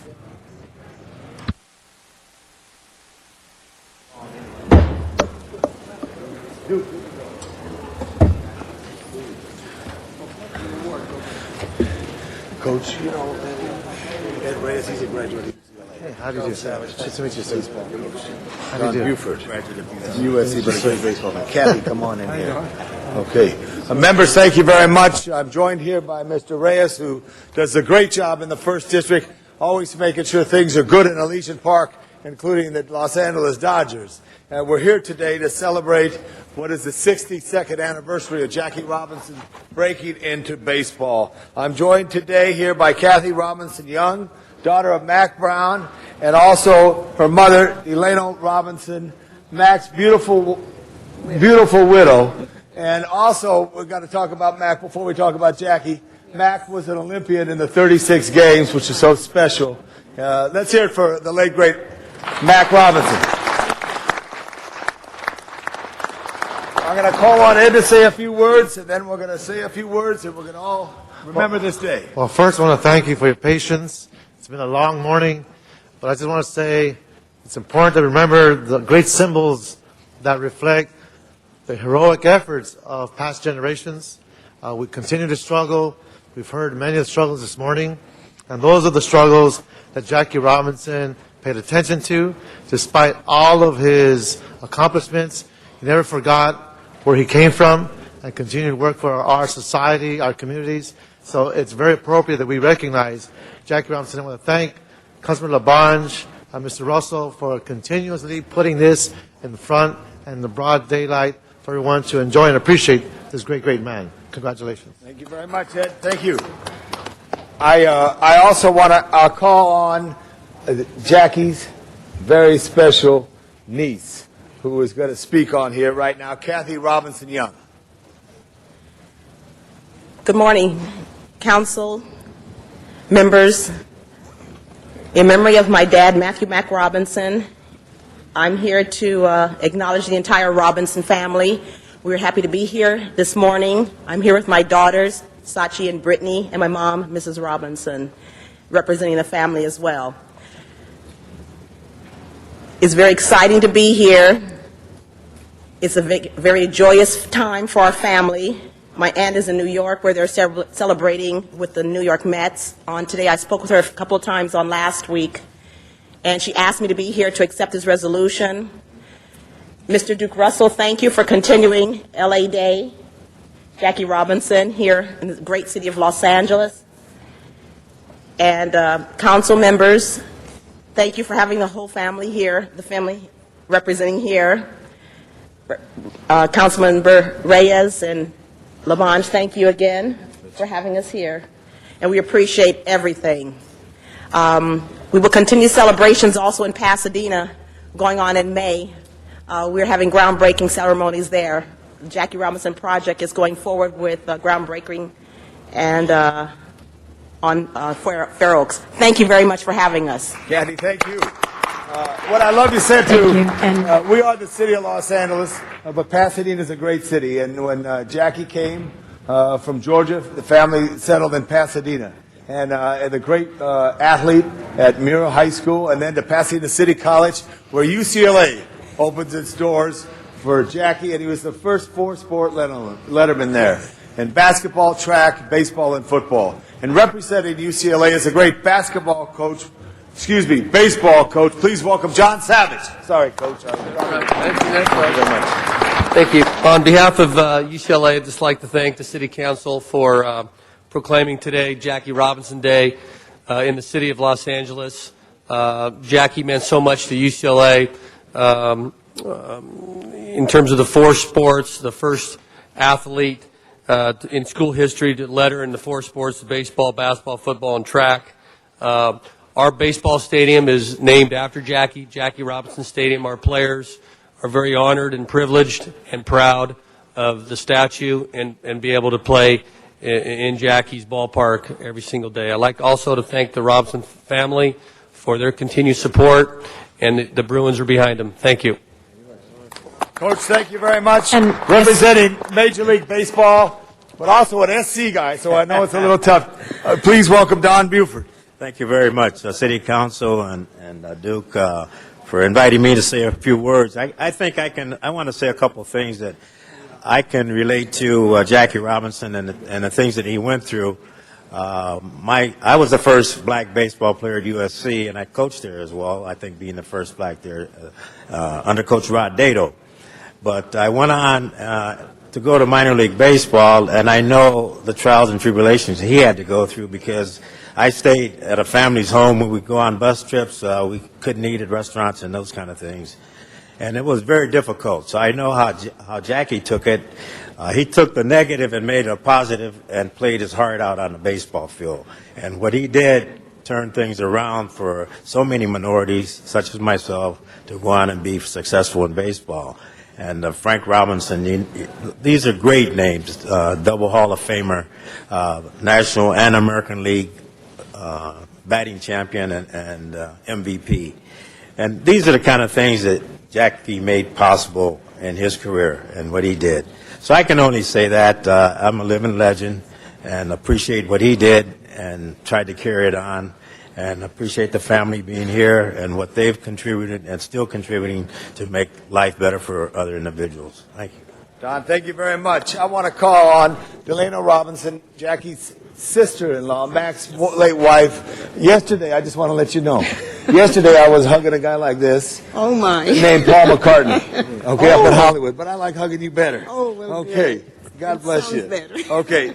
Yes, Ms. Robinson. I'm Mrs. Robinson Delano, Mac's widow, and I'd just like to say I'm very happy to be able to be here today. A little bit on the lean side, but I made it okay. And to celebrate this day in name of Jackie for his heroic achievements, and also for my husband, Mac, 1936 silver medalist in Germany, the 200 meters that he won. And we're very proud that we're all from Georgia, Cairo and Thomasville, Georgia, and coming to California just made the doors wide open for all athletes, all children involved in sports and education. Mac and Jackie tried to implement those achievements that the children today should take advantage of what they tried to do in that went across the country, across the world in sports, in baseball and in track and field. And we're very proud that we're part of the family, and we're the family that started that and opened the doors for all mankind, not necessarily for Afro-Americans, for all people of all races. And I'd like to add real quickly, my friend Greg Mosley from Pasadena, he's the achievement of one of the founders for the extension of the Jackie Robinson Park that is going to be dedicated with a groundbreaking on May 9th in Pasadena. And they're going to extend it in memory of the brothers in Pasadena. They came here in 1920, years ago. Also, on Sunday, Mother's Day will be time that Rachel will be in Pasadena to have a luncheon to honor her. So this is Mr. Greg Mosley. If you'd like to Giving praise and glory to my Lord and Savior Jesus Christ, who I get all my blessings and I get my strength. Matter of fact, now Don Buford and we're going to go back together because I'm an SC alum too, so that's great. But as Ms. Robinson has stated, we invite you on May 9th to celebrate what's going on in Pasadena. It's the Robinson Park Master Plan. We are going to have a groundbreaking ceremony, and we're going to honor Mac and Jackie in the fact that we're going to honor Delano Robinson at that day on the groundbreaking ceremony. And on Sunday, we would like to invite you also to come out because we also are going to be honoring Rachel Robinson, and we're going to give her the key to the city. And so we think that this is going to be something that's going to be very great, and we extend this invitation to the whole city of Los Angeles and all over. Thank you for your time, and hey, you have a great day. Don, thank you. And we have a couple council members, Mr. Labange, that would like to comment as well. Mr. Wesson, followed by Ms. Hahn. Thank you, Madam President. I just wanted to rise to well, for one reason, I have a Jackie Robinson Stadium in the district that I'm fortunate enough to represent, and want to let you know that we're spending, as we speak, they're renovating that over $1 million. We're going to have a state-of-the-art track.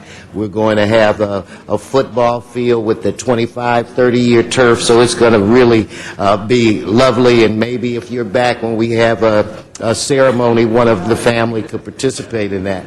I also want to say that a lot of great things happened to me when I was fortunate enough to become the Speaker of the California State Assembly. One Black History Month, we honored Miss Robinson. I had a buddy who used to be a memorabilia collector, sports, and I told him, man, can you just give me something that he found a baseball signed by Jackie Robinson, and he gave that to me. I have that in my office. And in the last year of my speakership, they retired his jersey at Riverfront Stadium, or is it Riverfront Stadium in Sacramento. And I was invited to throw out the first pitch, and I did that with Sharon Robinson. Both of us threw out the first pitch, and hers made it across the plate. Mine didn't. So it's in the genes. But I just wanted to get up and just let you know that I had an opportunity to touch your family, and I think it's very fitting that we would show respect for not just Jackie, but the entire family. And I see you've got a guy who with you that used to hound me for years. He's the biggest baseball advocate I know in Duke. And anyway, congratulations, and it's a pleasure to have you here at the City of Los Angeles. Thank you. Thank you, Mr. Weston. Ms. Hahn. Thank you. I just wanted to say what a great day this is, and how great that April 15th, we can say it's Jackie Robinson Day in Los Angeles as opposed to that other thing that's going on today for everybody. But it's a better way to celebrate April 15th, and really want to thank Duke for continuing to keep this alive here in the city of Los Angeles. And to the family of Jackie Robinson, you have such a great legacy. And he truly was. He was a great baseball player, but he was a great American. He was a great American because anyone, as you said, who continued to do their best and continued to be all that they could be while still living in a place that did not give them the rights, the respect, or the dignity that most Americans came to know and love, really, to me, is the epitome of a great American. And we will always remember him in that way. We honored Don Newcomb the other day at the LA Treasures Luncheon here in Los Angeles, and he talked about Jackie and Roy Campanella. And I have a great legacy myself, with my dad being Kenny Hahn. But one of the greatest things Kenny Hahn did was to bring the Dodgers from Brooklyn to Los Angeles so that we could still remember the great, great players and the great, great Americans in the Dodger organization. So our salute to Jackie Robinson today and to his family. You have a great legacy. Thank you very much, Mr. Labange, and just want to add congratulations as well, and to see all the Dodgers today, I guess, are going to wear the number today, which is going to be fabulous and a great tribute.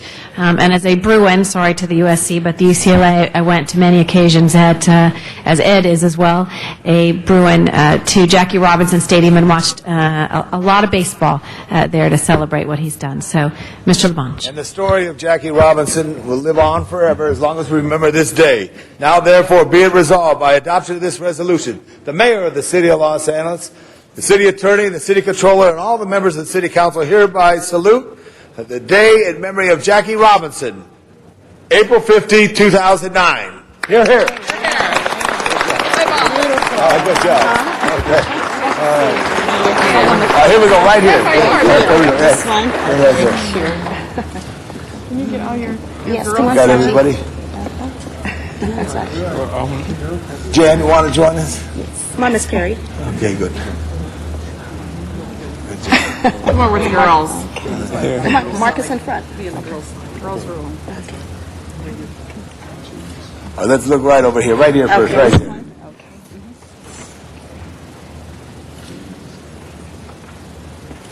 Good. We'll look right here at this one, right here, right next to there, right there. Got it, Isaac? Yes. Good, thank you. Just for the camera. Thank you, Mr. President. Thank Thank you, you, each and- and every member of council. And we do need to vote on this item because it is one before us. Madam Clerk, please open the roll on this item, close the roll, and tabulate the votes. 11 ayes. Thank you. We are now going to go to our... Yes. Just one quick question. I wanted to check to see if we still have a quorum at this time. Yes, we do. Can we do a quorum call so we can get everybody who needs to be here back down here? Okay. Mr. Rosendahl is here. Madam Clerk, go ahead and do a roll call, please. Mr. Cardenas? Mr. Cardenas is right there. Ms. Grill? Here. Ms. Hahn? Is here. She's here. She's right there. Mr. Lavange? Is here. He's right here. Ms. Perry? Mr. Reyes? Mr. Rosendahl? Mr. Smith? Mr. Weiss? Mr. Zine? We have a quorum, Ms. Perry. Colleagues, we do, however, with that being said, Mr. Cardenas is excused to leave at noon, so we will be at a bare quorum. We have a lot of items before us today. We'll take our commissioners. First item, Commissioner, would be item number 12. And that's confirmation, Mr. Thomas Donovan to the West LA APC. Thank you for your patience.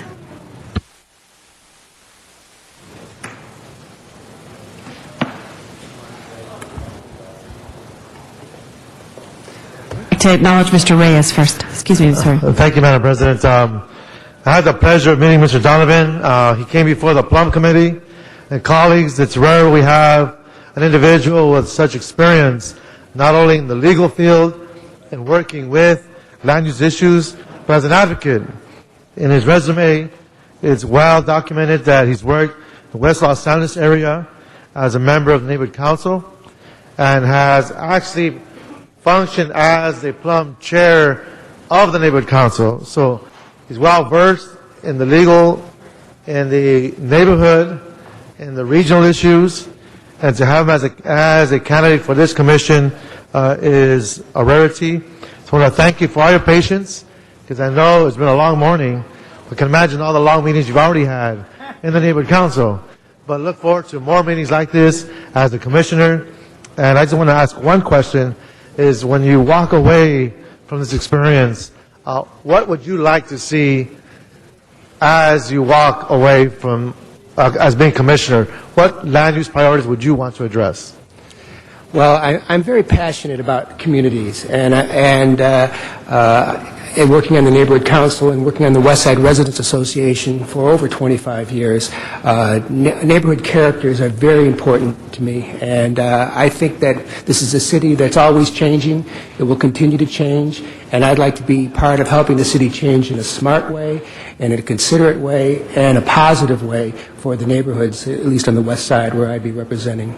That's really important. As a student going to UCLA, I used to live right in that pocket, near Federal, near Sepulveda, near Campbell Drive, off of Washington. And one of the few areas where you have these bungalows, where you have seniors actually living in homes that they can afford, places where folks who moved in the 50s and the 60s were able to afford to live in West LA. It's a pocket that many people, I think, have forgotten. And so to have you talk about character of neighborhood is important, and to really talk about how we can advocate in maintaining those characteristics. So I thank you for your service, and I encourage and I vote. And again, thank you for all your work in the past, for the past 25 years. Thank you very much. Thank you very much, Councilmember. Thank you, Mr. Reyes. I would like to thank the council for considering me today. I'd also like to thank Councilmember Rosendahl for nominating me and for his confidence in me. Thank Councilmember Reyes and the Council Plum Committee for approving me, and the mayor, of course, for appointing me. And finally, I'd like to thank my wife, who's sitting right over there, of all the approvals that I've received. That is the most important one to me, and I really do appreciate that. And if the council does approve me, I look forward to helping my community and helping my city. Mr. Rosendahl. Thank you, Madam President. And his lovely wife is Daria, sitting right there. Why don't you just stand up so people can see you as well? And as we all know in life, life is a dynamic duo, and the support systems that we get mean a lot to our success. Tom, it's a pleasure to have you here, and frankly, you've been a model constituent. You've been a true leader in West LA. You've shown tremendous capacity to be open to ideas and to work with things. My experience with you goes back 5 years now, and I have seen you look at situations with such objectivity and clarity and consensus building that it's awesome. And I was very happy that the mayor did move forward with the suggestion I made. But one of the legacies of Mayor Antonio Villaraigosa will be the commissions he has created, the people like a David Friedman who's sitting in the room here from the Harbor Commission, and like you sitting here right now on the Area Planning Commission, and all the general managers that he's brought in that have also been stellar. So this is part of his legacy, are bringing people like you. Why do you want to do this job? What do you think you'll get done in the role as a commissioner? Well, I've been involved in planning for over 25 years now. 25 years ago, I helped found the West Side Residents Association, which was residents, not just property owners. And we've been involved in all kinds of community issues, including planning and traffic, which are intertwined, of course, as we know in the city. And since then, I've been on the Neighborhood Council the last 2 years, running their Plum Committee and dealing with all kinds of projects coming through. And this is a natural progression for me.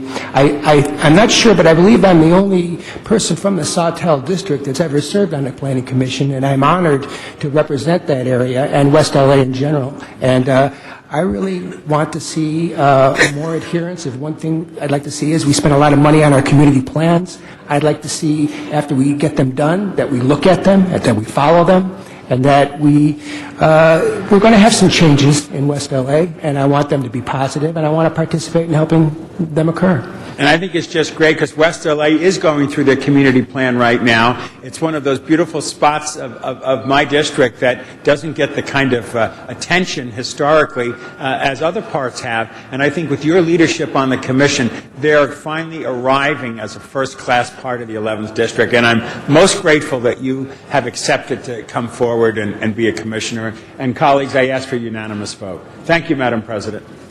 Thank you. That item is now before us. Madam Clerk, please open the roll, close the roll, and tabulate the votes. 11 ayes. Thank you. Congratulations. Thank you very much. For your patience. Item number 21. And that's a confirmation of Ms. Chrissy Castro to the LA City County Native American Indian Commission. Thank you. Mr. LaBonge. Who's going to serve us, and I appreciate Madam President for giving me a moment as I came back from the room here. But if you could tell us your passion and how you're going to contribute greatly to this commission. Sure. My name is Chrissy Castro. I'm a member of the Navajo Nation. I'm also Chicana. I'm third generation of urban American Indian growing up in LA, and my passion is really to improve social conditions for the urban American Indian community, which is the largest urban American Indian community in the nation. And that's so important. So we know you're going to do it, your spirit. Appreciate that. We all will cooperate in any way that we can and passionate, and ask to call on us if we could help in any which way. I ask for an aye vote. Thank you very much, Mr. LaBonge. Thank you for your willingness to serve. Thanks for your patience today. Madam Clerk, please open the roll on this item, close the roll, and tabulate the votes. 11 ayes. Thank you. Thank you. Thank you. Next item. Madam President, item number 6 was called special for cards. Yes, actually, I think we're going to go to item number 19 next. I'd like to acknowledge Ms. Hahn. Thank you, colleagues. This is actually a very important item that we have right now, and I think our city attorney will tell us this is one of those that we all need to be in our seats and paying attention. It's actually the first time we have ever done this process. This is the first appeal that this city council has heard on an EIR of this magnitude at the Port of Los Angeles. This project that is before us today is an oil terminal project at Pier 400 at our port. It's a $350 million marine terminal project, and it will generate almost 4,000 jobs during construction. It will provide 24% of Southern California's crude oil needs. We heard this in committee. There was an appeal to the Harbor Commission's certification of the EIR of this project. So the process is, if someone appeals that, it actually comes to the City Council. We heard it in Trade, Commerce, and Tourism. We had about an hour public hearing that day. There was probably over 100 people that packed our committee room to testify on this. Today, we're going to hear from the port staff who are going to explain the project, and then for our benefit, they will go point by point and summarize the response to each point that the appellant brought up, so that we'll have an idea of whether or not we want to uphold the appeal or deny the appeal. We will also hear from our city attorney on exactly what the perimeters are that we need to make the findings on what we're going to do today. So you should know that in the committee, we did make a recommendation to deny this appeal, but there were some points of the appeal that I actually am going to focus on a little bit later that I still would like to get some answers on from the port staff. This is a huge project, colleagues, at the Port of Los Angeles. It's been in the process for a lot of years. We know that commerce is an issue. Cargo is down. This is about jobs. This is about providing crude oil needs in Southern California. But as you know, this port has historically, caused pollution and had some negative impacts as a result of his operations. So this appellant, which we're going to have him come and address us, brought up some issues that he felt had not been mitigated in the EIR properly. So the first thing I think we're going to do in this process is hear from the appellant, Jesse Marquez. We want him to come and make his case to us on the basis for his appeal and why he wants us to uphold this. Yes. And before that, that's all right. I think Mr. Reyes also wanted to say something before we begin. Yeah, I just wanted to, just for the record, if someone can be very specific as to what the project does, yes, right, before we hear the appellant, so we can understand the context of the appeal. Okay, that's a good question. That's actually what I was going to do, was I was going to have the port staff describe the project, but I was told by the city attorney that if the appellant is here, we needed to hear from the appellant. But I think that makes more sense. I think that it puts the appellant's comments in perspective. Is that proper, Mr. City Attorney? I'm sorry. That's okay. The appellant said that's acceptable. Thank you, Mr. Marquez. Okay, why don't we have the port staff come to the table and describe the project. Actually, just probably go through your whole presentation, and then we'll have the appellant speak to it. And I think that will make a lot more sense to my colleagues. And while they're getting set up, Madam President, this is a reminder to the Council that this matter is a fair hearing matter requiring the Council members' heightened attention to the speakers at the podium or the center desk, center table, or at the monitors. Well, now let's go back to the first process. Yeah. So we're just going to do this on the internet. Right. And then we're going to go to... Right. Okay, obviously, just in guiding your remarks, certainly we want to hear a description of the project, the need for the project, and the impact it has on the environment, what's been mitigated, what cannot be mitigated. We want to hear about the air emissions, but certainly also want to hear about the benefits of this project.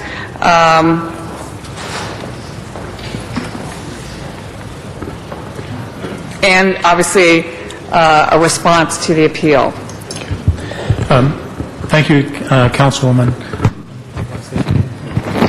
I'm Ralph Appy. I'm the Director of Environmental Management, Port of Los Angeles. Madam President, Janice, and council members. Before you, you have three items that I provided you with a packet this morning. Number one is a document like this, and this actually contains a description of the project. Okay, so it's kind of a PowerPoint that has a summary of it. And I'd like to also point out the last page has actually a location map associated with it. You were like... and so I'm going to briefly go through that for you at this time. The Pacific LA Marine Terminal is a crude oil project. It would allow import of crude oil to the Port of Los Angeles in very large ships called very large crude carriers. And these come in a very deep channel, would come in a very deep channel to Pier 400, and they'd bring crude oil which would be taken by pipeline from tanks on Pier 400 and Pier 300 to the local refineries. This is not intended to increase the capacity of the refineries. It's intended to replace the capacity or the decrease in local crude oils that are occurring in the local market here in the southern states. So a number of years ago, we started preparation of the CIR, actually started back in 2004. We've had many public meetings, met with the appellant and many other parties during this process. And on the first page of this, you can see some of what we've gone through. In going through the project, we looked at a number of alternatives. We actually looked at 15 different alternatives to the proposed project. Many of those were eliminated on feasibility grounds, but we did look at a proposed project. We looked at the no project, which is an issue. We look at that in a normal circumstance in EIR, which is an issue that the appellant brings up, and I'll talk more about later. We looked at the proposed project. We looked at a project that would also bring less crude oil and see if that removes some of the environmental effects. But essentially the project is to bring in, it's a 30-year lease to bring in crude oil, and it would be at berth 408, which is on Pier 400. It's a big new piece of landfill we built back in the 80s. It was built specifically in part to handle these crude vessels. It has a deep channel coming to it. There would be tank farms associated with it next to the facility, but also on Pier 300, which is a landmass adjacent to it. And so then there would be pipeline connections to the local refineries. In doing the environmental assessment, we did find some environmental effects that we look at. First of all, was there any significant effects? Then we found those that are significant that could be mitigated. And so we applied a mitigation to get rid of any of the significant effects. And finally, we're left with some significant unavoidable effects.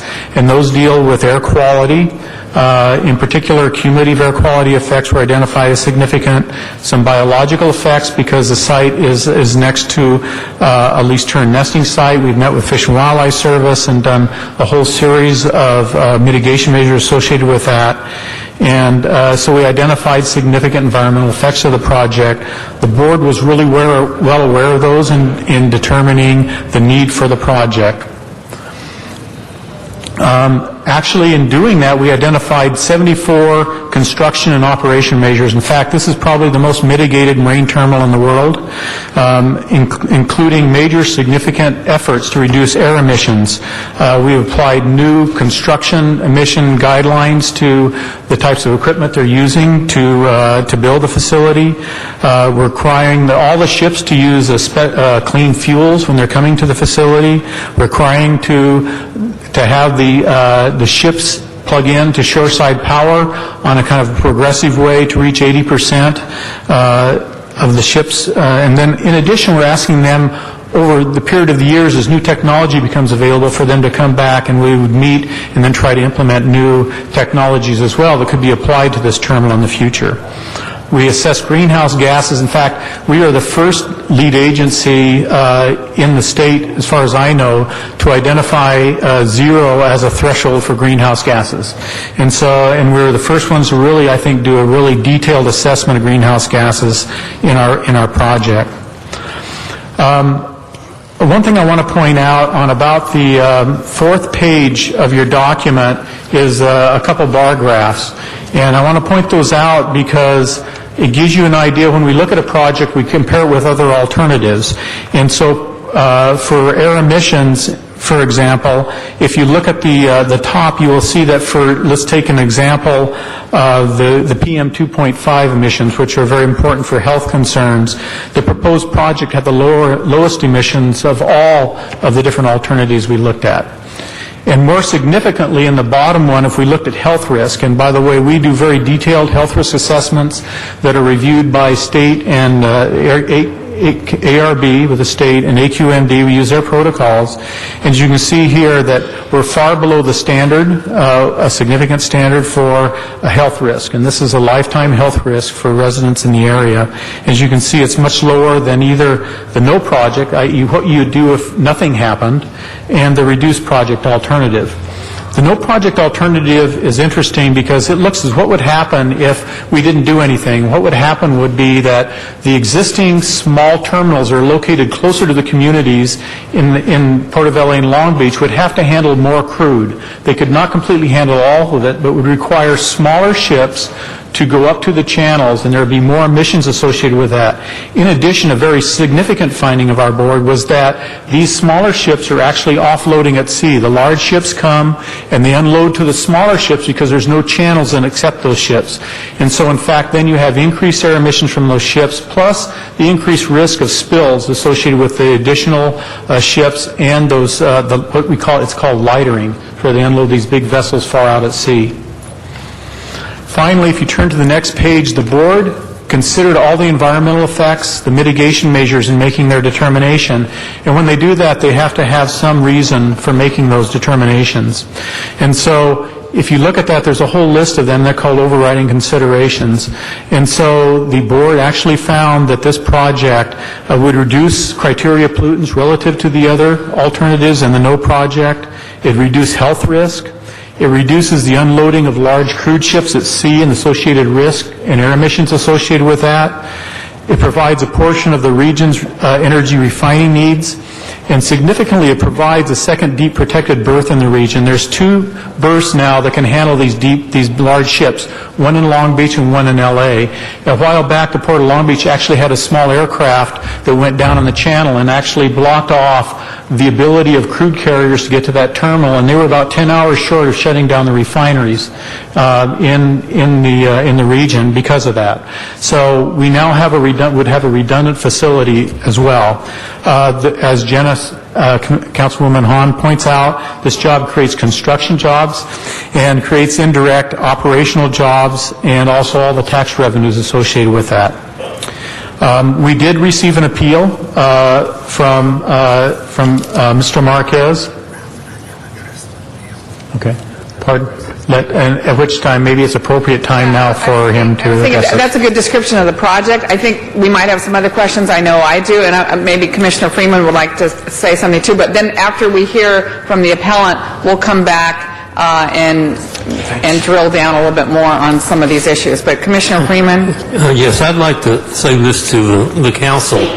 I don't think I have a reputation of being in love with crude oil.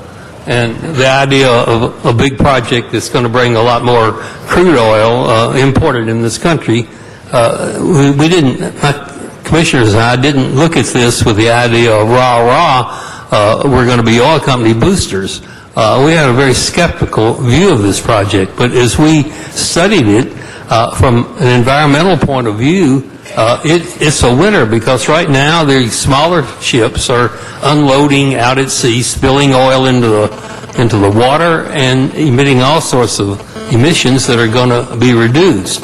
The other important consideration is that crude oil is going to be determined by the marketplace here in our energy policies. It's going to come in anyhow. This project will enable it to come in a somewhat better environmental way. And here's the important thing. We need jobs. This company is taking the risk. They're putting the money up. And if we are able to get off of oil faster and it becomes a white elephant, it's their white elephant. Right now, they're willing to put the money in to build this project, and they're taking the risk.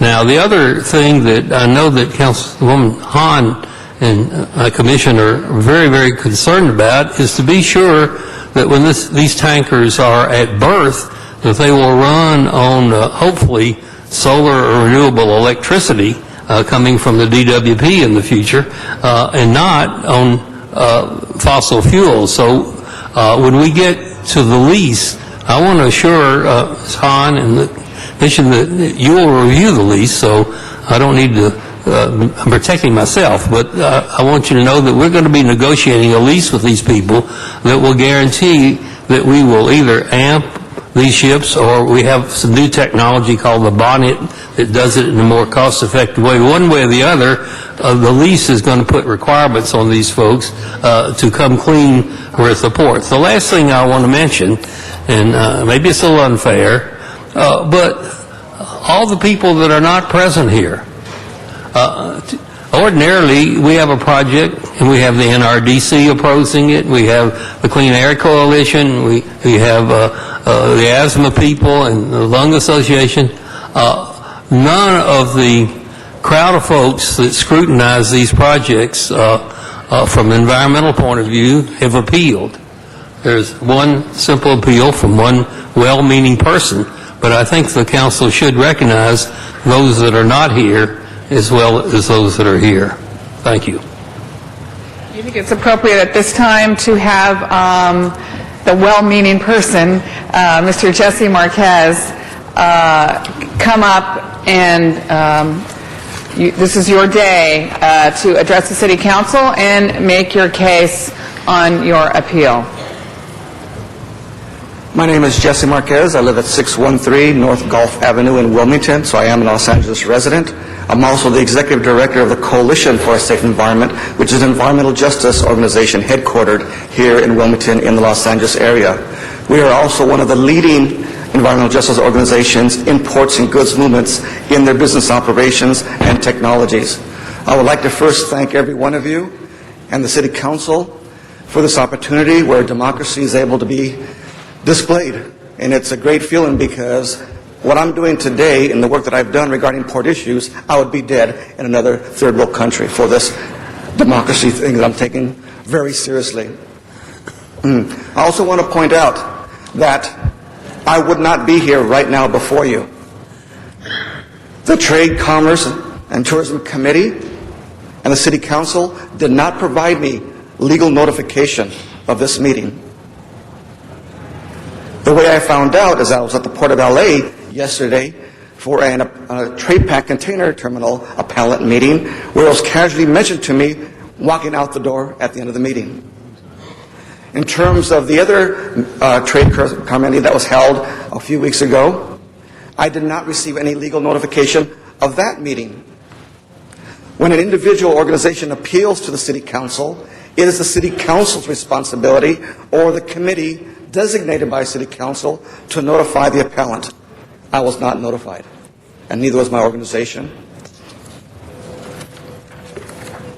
I do have a rebuttal to what the port has mentioned to you and into the PowerPoint handout that they have given you.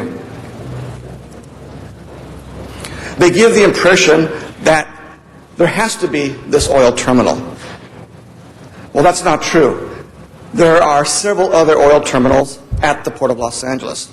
They have never been asked to modernize and upgrade their facilities to meet future demand. They talk about it's not deep enough for a larger ship. It's never been asked of them. In fact, there's never been any correspondence that has been provided to us to show that any communication was done with any of the existing oil terminals. To even show that there are alternatives. There is a port in Northern California right now that allowed a biodiesel fuel storage tank facility to be built there. Totally supplied by a domestic American company and bioproducts here in the United States. There is a goal by the state of California, as well as the U.S., to decrease our dependency on oil. There is no major shortage right now today. There is no major shortage tomorrow. Everything is done by ordering and planning and doing that in advance.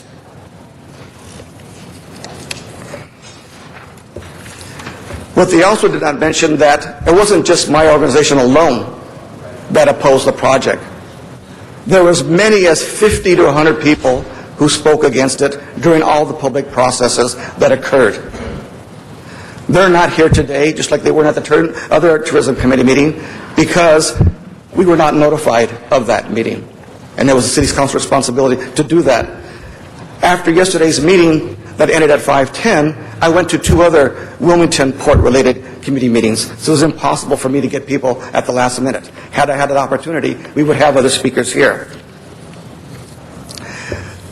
Another thing that's key to remember, right now, there is zero pollution at these locations. And we're talking about multiple locations. Yes, there's a Pier 400 location where they would do the bulk unloading, but there's also storage tank facilities that are not at that Pier 400 location. Right now, there is no pollution whatsoever. Therefore, there is no public health impact. There is no public safety impact. So remember that. So no matter what charter graph you're looking at, it's zero is the baseline right now. Everything above that is causing a problem. We have another concern about it being only crude oil. We believe that it will be allowed in the future, and right now it is being built so it can handle fuel in those storage tanks and in those pipelines. Again, going back that we want to decrease our dependency, and if we can manufacture, biodiesel here in the United States, that is the direction we should go. In the technologies they're talking about in terms of constructing, for example, the tank facilities. The tanks that they are building, even though they are brand new tanks, will still emit VOCs, volatile organic compounds. Some of those compounds are like benzene, for example. Benzene causes leukemia, lymphoma, myeloma, and anemia. But then you wonder and have to question, well, why are they still emitting VOCs if they're brand new tanks? That's because they're not designed to be 100% hermetically sealed. The company has chosen not to put 100% closed-loop vapor recovery system. If you have that 100% closed-loop vapor recovery systems, if there are any emissions coming out, then they would be sent via that system. Now, what does that system require? Basically, only three things. Another 1 or 2 extra storage tanks, so when gas does build up in the tank, it can be pumped via a pipeline to that storage tank. They've chosen not to invest in that technology. Now, even though they reference the South Coast Air Quality Management District, claiming it's the best available technology, the AQMD approves various best available control technologies. In this case, the one they're using is only about a 70 to 80% best available control technology. A closed-loop system is 100% best available control technology. That's what they're not telling you. The ports claim that this is part of their normal planning process that has been done historically. Well, that's not true, because on Pier 400, where they are building the bulk loading terminal, that is where we do want that. My biggest problem is that we do not want the storage tanks to be where they're located. Going back several years, Pier 400 was built, and it was called Energy Island, where the Port of Los Angeles, the Board of Harbor Commissioners at that time, in conjunction with the federal government, agreed that they would also fund the Pier 400 for the purpose of building any type of hazardous, toxic types of facilities there away from the public. That did not happen. What did happen is the current tenant, Maersk, at that time, the Port of LA was looking for a new CEO, executive director. They hired Larry Keller, who was the regional manager of Maersk. So when he became CEO at the Port of LA, all of a sudden the whole concept of Energy Island disappeared, and within a year of him being employed at the Port of LA, it became basically 99% the exclusive container handling facility for Maersk. There is a lawsuit right now against the Port of LA and City of LA by San Pedro resident over that issue. So that is the real history of what happened. Even though over 60 environmental measures have been incorporated, yes, that is the best on this planet.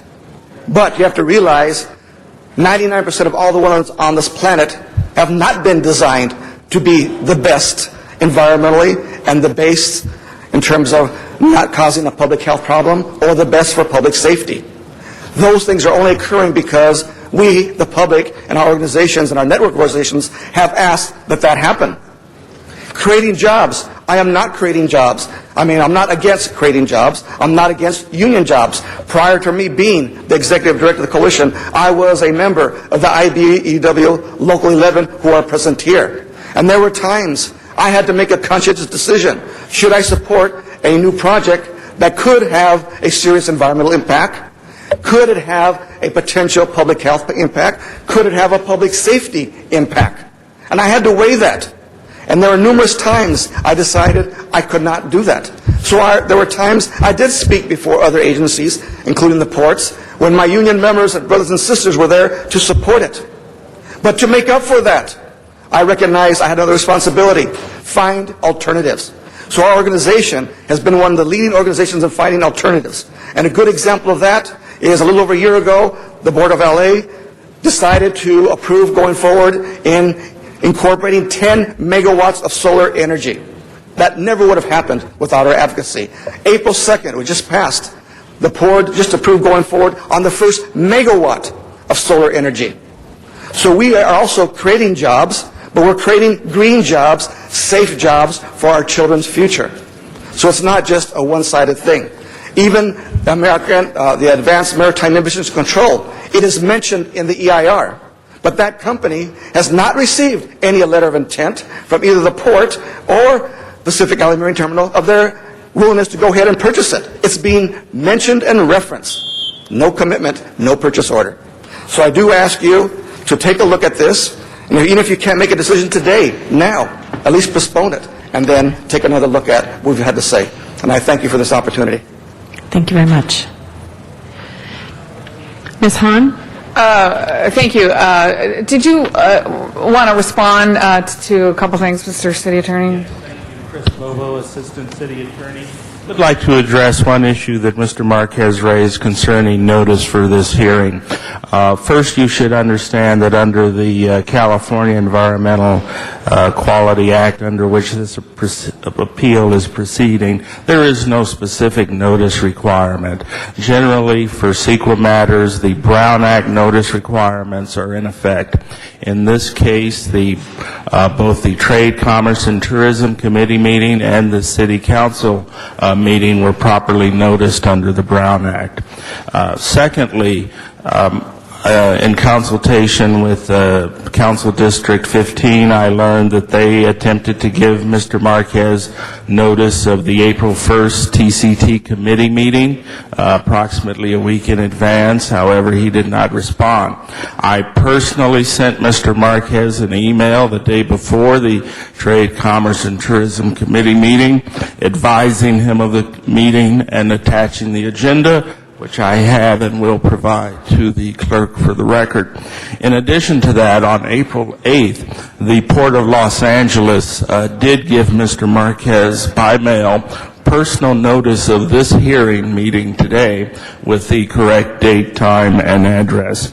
So Mr. Marquez was provided with notice as required by the law, and in addition was given additional personal notices.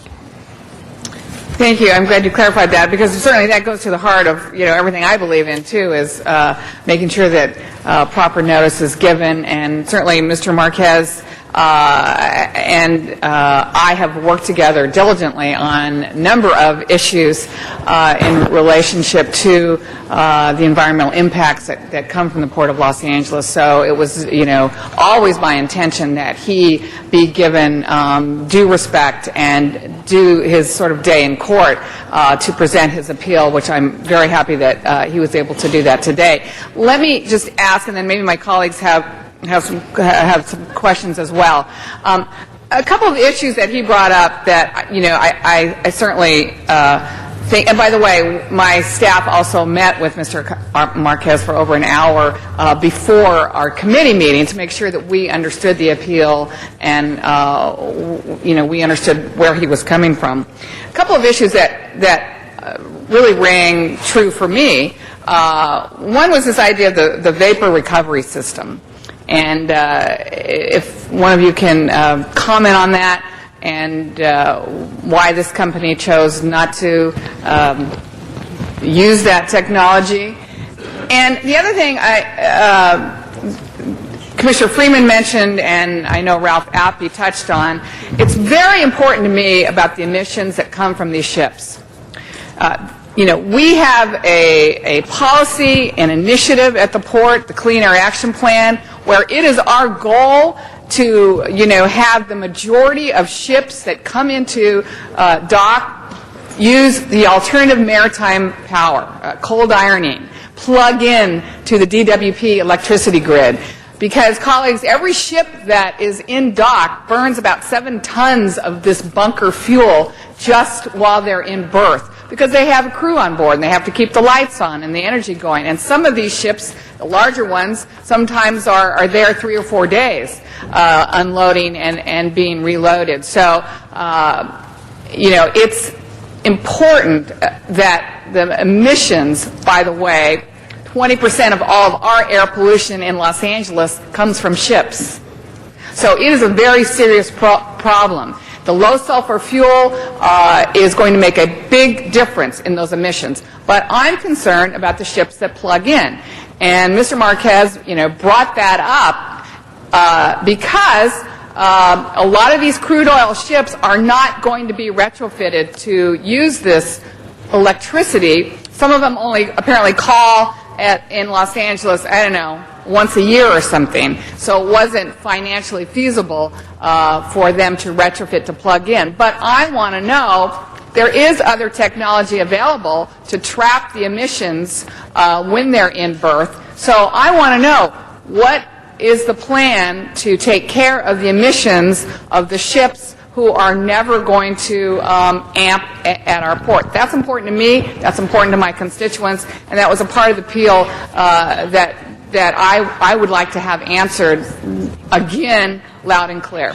Well, it's extremely important to us, and it's one of our requirements. And even if it weren't, we know the lease agreement has to come before this council, so we're not dumb enough to ignore what needs to be done. At least I hope we're not. So what will be in the lease? We are going to put language in that lease that is going to require the implementation of our Clean Air Action Standard, which is when you're at the dock, you use electricity and not burn bunker C oil or any other kind of oil. And there's a timetable for implementing that. And but some of these ships will never plug in. And we have a new technology called the bonnet that we can use for the ships that don't come in regularly. And we are putting money into developing that, and we will have in the lease provisions that will require them to implement that. And we may provide some financial help as might be appropriate, but we will have a provision that will make it happen, or the project isn't going to get built. It's just that simple. And you're not going to just have language in there that says we're going to study the feasibility of some other technology, and if it's at all possible, then maybe we'll use it. They're going to have to amp. They either are going to have to do the uneconomic thing, which is putting it on ships that come once a year, which doesn't make sense, or implement this attractive idea of a bonnet, which is basically a machine that's a combination of scrubbers run on electricity that will clean up all of the effluents and will not require any emissions while they're at the dock. And the beautiful thing about this new technology is that it's part of our green tech program. I have talked to the people that run that company. They are going to build this stuff in Los Angeles. That's going to be part of the deal. So just as we did with Balcon and the electric truck, we are on to what this council and what our mayor wants us to do, which is to use our purchasing power, use our influence to not only clean the air, but get the jobs and the manufacturing jobs here in L.A. So this is going to be another winner, and we're completely committed to it. That's good to hear, because this, again, is a brand new project. I mean, this is what I think we were all hoping for, certainly the retrofitting of old terminals and expansions of current terminals. But this is a brand new project, and this is the time to say, all ships will either be amped or use an alternative technology that captures these emissions. Yeah, and I might say we've done a pretty good job if Jesse will say that ours is the best on the planet, which he did. Right, and you were going to speak to the vapor recovery. Yeah, that it has to do with the control on the tanks, and essentially, Jesse kind of self-answers that. The requirement will be best available control technology determined by the Air Quality Management District. And so that is what will be placed on those tanks. It will be a requirement of AQMD, regardless of anything we do, quite actually. And so that will be the requirement. So the best available control means what will achieve the most emission reductions. Okay. Again, colleagues, we also, just to let you know, we're going to have a very brief public hearing. That was part of the recommendations that the committee members adopted when we sent it to the full City Council, that we would have a brief public hearing. So we are going to hear from people in the public. Colleagues, you know, my biggest challenge at the Port of Los Angeles has been, how do we keep commerce moving? How do we create jobs? How do we keep jobs? But how also do we have clean air? Because I don't want to be in the position, and I don't think any of us do, that we choose between good jobs and clean air. That's an argument I don't think we can afford to have anymore. Because the health risks are also costing us billions of dollars, lost productivity in the workplace, premature deaths, lost school days by kids who have to stay home because of asthma. But we also, at this time in our economy, we have a real need for good jobs. So I believe that the technology exists today to have good jobs and clean air. And I think this project emphasizes that. I think this project is a model of that.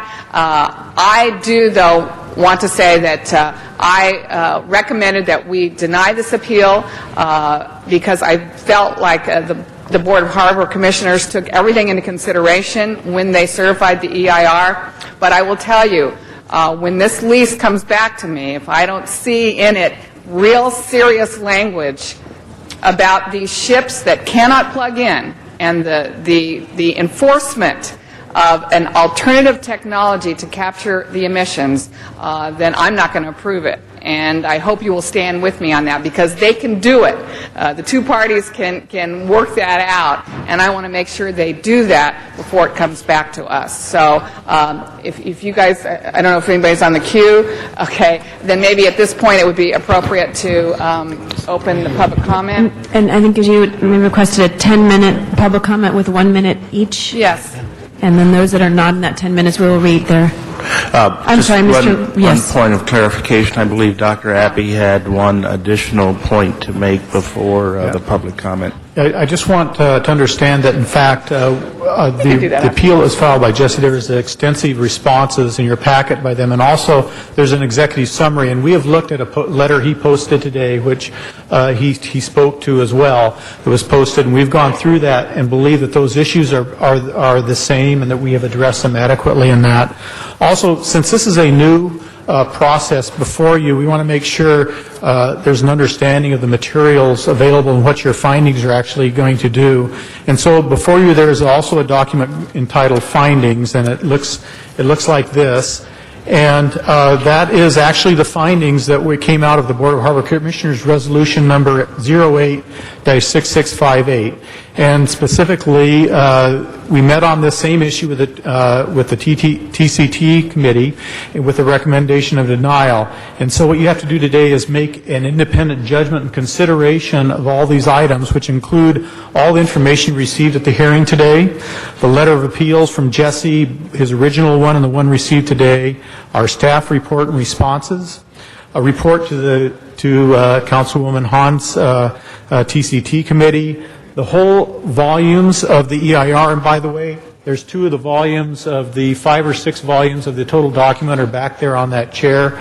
The findings of fact that deal with the board's cognizance of all the mitigation and the impacts left over and their overriding considerations, and mitigation monitoring program, and information contained in Council File 08-3464. And so your decision on the appeal and adoption of of the report and recommendations of the TCT constitute kind of your de novo findings on the board's decision. And so we're asking you to adopt the findings of fact and statement writing considerations which were previously approved by the board. And so that is the ultimate result of what you'll be doing today. Thank you. Mr. Reyes, before we go to public comment. Yeah, I just wanted to get a better understanding of what our timing is like. There's a lot of material before us. So I just want to get an understanding of what are the pressure points. Are we on deadlines? Are there legal deadlines? I just want to understand what our timeframes are like. There are no legal deadlines to this proceeding. You have the time you need to make your determination. So what are they? I mean, do we have a week? Do we have a month? Do we have days? It's here before us now. There's a lot of material. This is a semi-judicious process, and I want to make sure that for the record we're doing it right. Well, this is what is in front of us. This is an excellent question, because this is the first time that a 4-year study done by the port of the port staff, and then numerous hearings, and then 5 commissioners that have poured into this have made a decision which then is appealed to this council. And I know you take your work very seriously, but just if I might say so, it is just not practical for the city council to really step back and in a sense act as put themselves in the commission's place and go through all this again. This represents almost 4 years of hard work and a huge thing. It just seems to me, if I were on the city council, I would have to make a judgment based on what I've heard here today, and frankly, it seems to me that the case in favor of this is overwhelming. Ordinarily, we have a half a dozen major environmental organizations that have problems with our decision. This is a 1 in a million where we have satisfied the concerns of organizations that routinely are questioning our judgment, and where there are a huge number of jobs at stake, and those jobs cannot begin until this process ends and we hammer out the lease, which we will do as promptly as possible. My plea to you is, I hate to put it this bluntly, but exhibit some trust in 5 commissioners and the staff that have worked their heart out to make this the absolute best project of its kind on earth, and where most all of the environmental organizations that ordinarily are jumping us for more and more and more are satisfied. Clarification. Point of clarification. I think we need to realize what our parameters are today. And if I could have the city attorney say what it is that we need to find. We don't need to, we need to decide what you say it. If I could address the legal nature of the appeal, it is an appeal under the California Environmental Quality Act. No. What we need to find. What you need to find, the case law has said that you're not required to reinvent the wheel. You can readopt the findings of the Board of Harbor Commissioners after you've considered the environmental impacts and effects. Well, let me interrupt you for a second. All I'm asking, I don't want to get this deep and detailed. All I'm asking is, what are timelines? Can we look at this material for 1 day, for 1 week? Can we come back? I want to defer to the council member of the district. Right. But I just want to understand what our timelines are. Right. There is no legal deadline for your decision.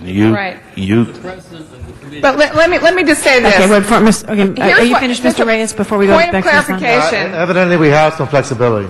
Here is what we need to find, colleagues. We need to find that the board acted appropriately. didn't abuse its discretion or act illegally in certifying the EIR. That's what's before us. So we don't really need to,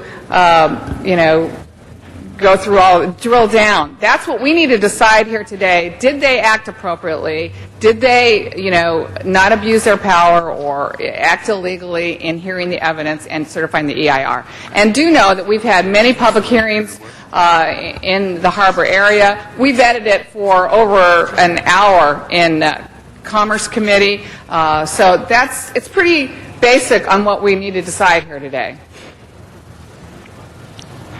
All right, we'll go to the public comment. Yeah. Okay, again, as requested, 10 minutes, a minute apiece for those in the first, and we'll read the names of those who are not in the first 10.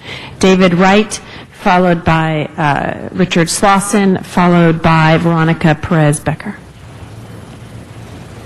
My name is David Wright. I'm a vice president with Plains All-American Pipeline. We're the project proponent.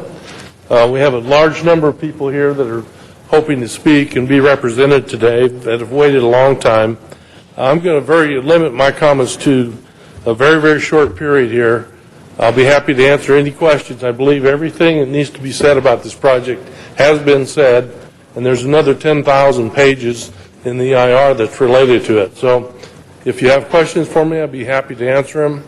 I think the port has done an excellent job in the rebuttal to the appeal, and I recommend that you oppose the appeal and support the project. Thank you. Thank you. Mr. Slauson?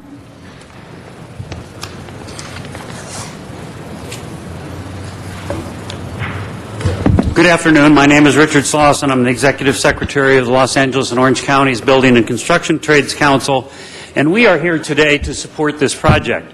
I want the Council to know that we have long experience with Pacific Energy and Plains All-American in building a pipeline over a decade ago here in Los Angeles, and as well working with them for the last 6 years in regard to this project. And we believe that they have fulfilled all of their obligations under CEQA, as well as the Harbor Department and the city itself in reviewing this project. We would hope that the City Council would take action today to fulfill the work that has been done by other city departments.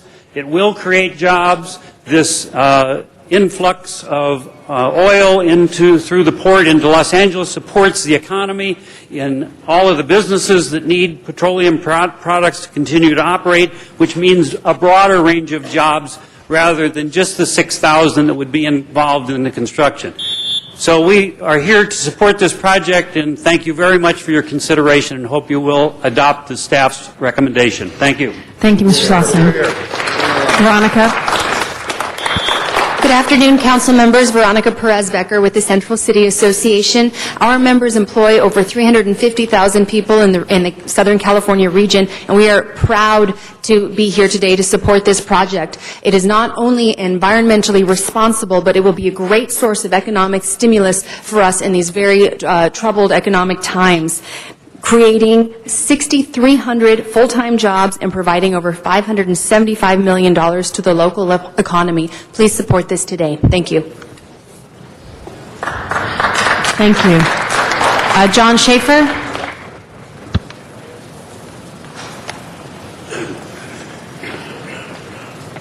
Good afternoon, I think. I'm John Schaefer. From business manager for Pile Drivers Local 2375, which is part of the Southwest Regional Council of Carpenters. As a lifelong resident of San Pedro, I understand what the councilman was saying. My mother passed away from asthma, gasping for air at the age of 62. My son is 10 years old and has missed 12 days because of asthma. But what needs to be understand is that what we want to do is to build the future, to get it to where we do have these clean things. And whereas longshoremen and truckers and so forth have worked throughout this whole environmental review process in which we've held up projects in order to barter to get improvements, we're the ones who build the projects. And so the 700 members that I have in San Pedro, Wilmington, and the harbor area have had to sit at the sidelines, find jobs hundreds of miles away, try to pay for the gas to get these things going forward. We want this project done We've gone through a 4-year process. We need to consider those people who made that sacrifice. Thank you. We're going to go out to San Pedro to Dan Hoffman. Mr. Hoffman? Good afternoon, and thank you very much for allowing us this time. I am the Executive Director for the Wilmington Chamber of Commerce, and on behalf of the Chamber, we support the recommendation of your committee, our Board of Harbor Commissioners, and the Port staff. This project will bring lots of jobs, increase our tax revenue, clean the air, and will be safer and more efficient. Thank you very much. Thank you. Alex Pugh, followed by Tom Moxley.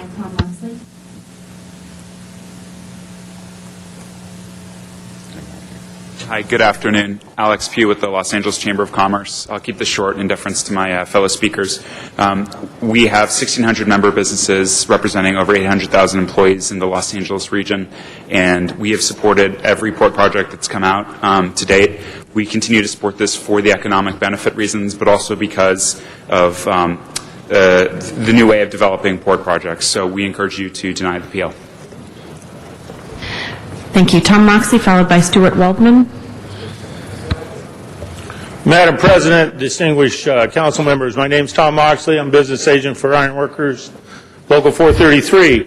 Having grown up on the border of Long Beach and Wilmington myself, I understand the port issues. Good jobs, economic growth, and environmental quality are all intermingled. My members not only work in the ports, they live in the ports. They take their kids to baseball practice, to school recitals, and those things. These aren't just about good jobs. It's about the combination of all three. And we ask that this council vote to deny this appeal and move forward with this project. Thank you. Thank you. After Stuart will be Elizabeth Warren. Stuart Waldman, President of the Valley Industry and Commerce Association. We support this project because it is important to the Valley as well as the city as a whole. It will create 6,300 well-paying temporary jobs, and it will pump $600 million into the Los Angeles economy. So I urge you to support this. Thank you. Elizabeth Warren, and we'll go to Sandy Cajas out in the San Pedro.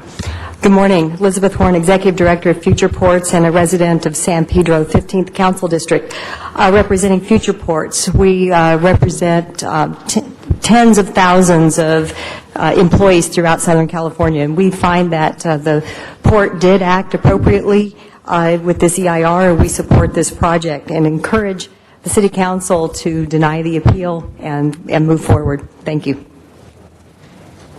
Thank you. Sandy Cajas? San Pedro. Good afternoon, Madam President and Honorable City Council. My name is Sandy Cajas. I am President of the Regional Hispanic Chamber of Commerce. Our mission is to represent the economic development of the Southern California region, and that is exactly why I am here. The time is now to say yes to this project. Please deny the appeal. This project would pump $575 million into the Los Angeles economic area, and this is so much needed at the time that we are suffering right now. Please deny the appeal. Thank you. Michelle, I'm sorry, I'm drawing a blank on how to say your last name. Michelle from the LA Business Council. Madam President, the Council, my name is Michelle Garakin from the Los Angeles Business Council. The Los Angeles Business Council represents a host of different industries and collectively a mass of employees. We strongly urge the Council to deny this appeal and support the project today, as it will, it's good for the economy, it's environmentally responsible, and I think due diligence has been done on behalf of these employees, and it's time to move forward. Thank you. Thank you. Ed Richards, followed by Bob Odie. These will be our last two speakers.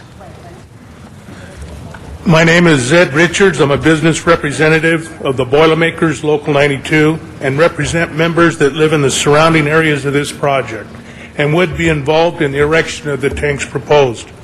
This has been a lengthy study of environmental and safety concerns which we believe have been satisfied.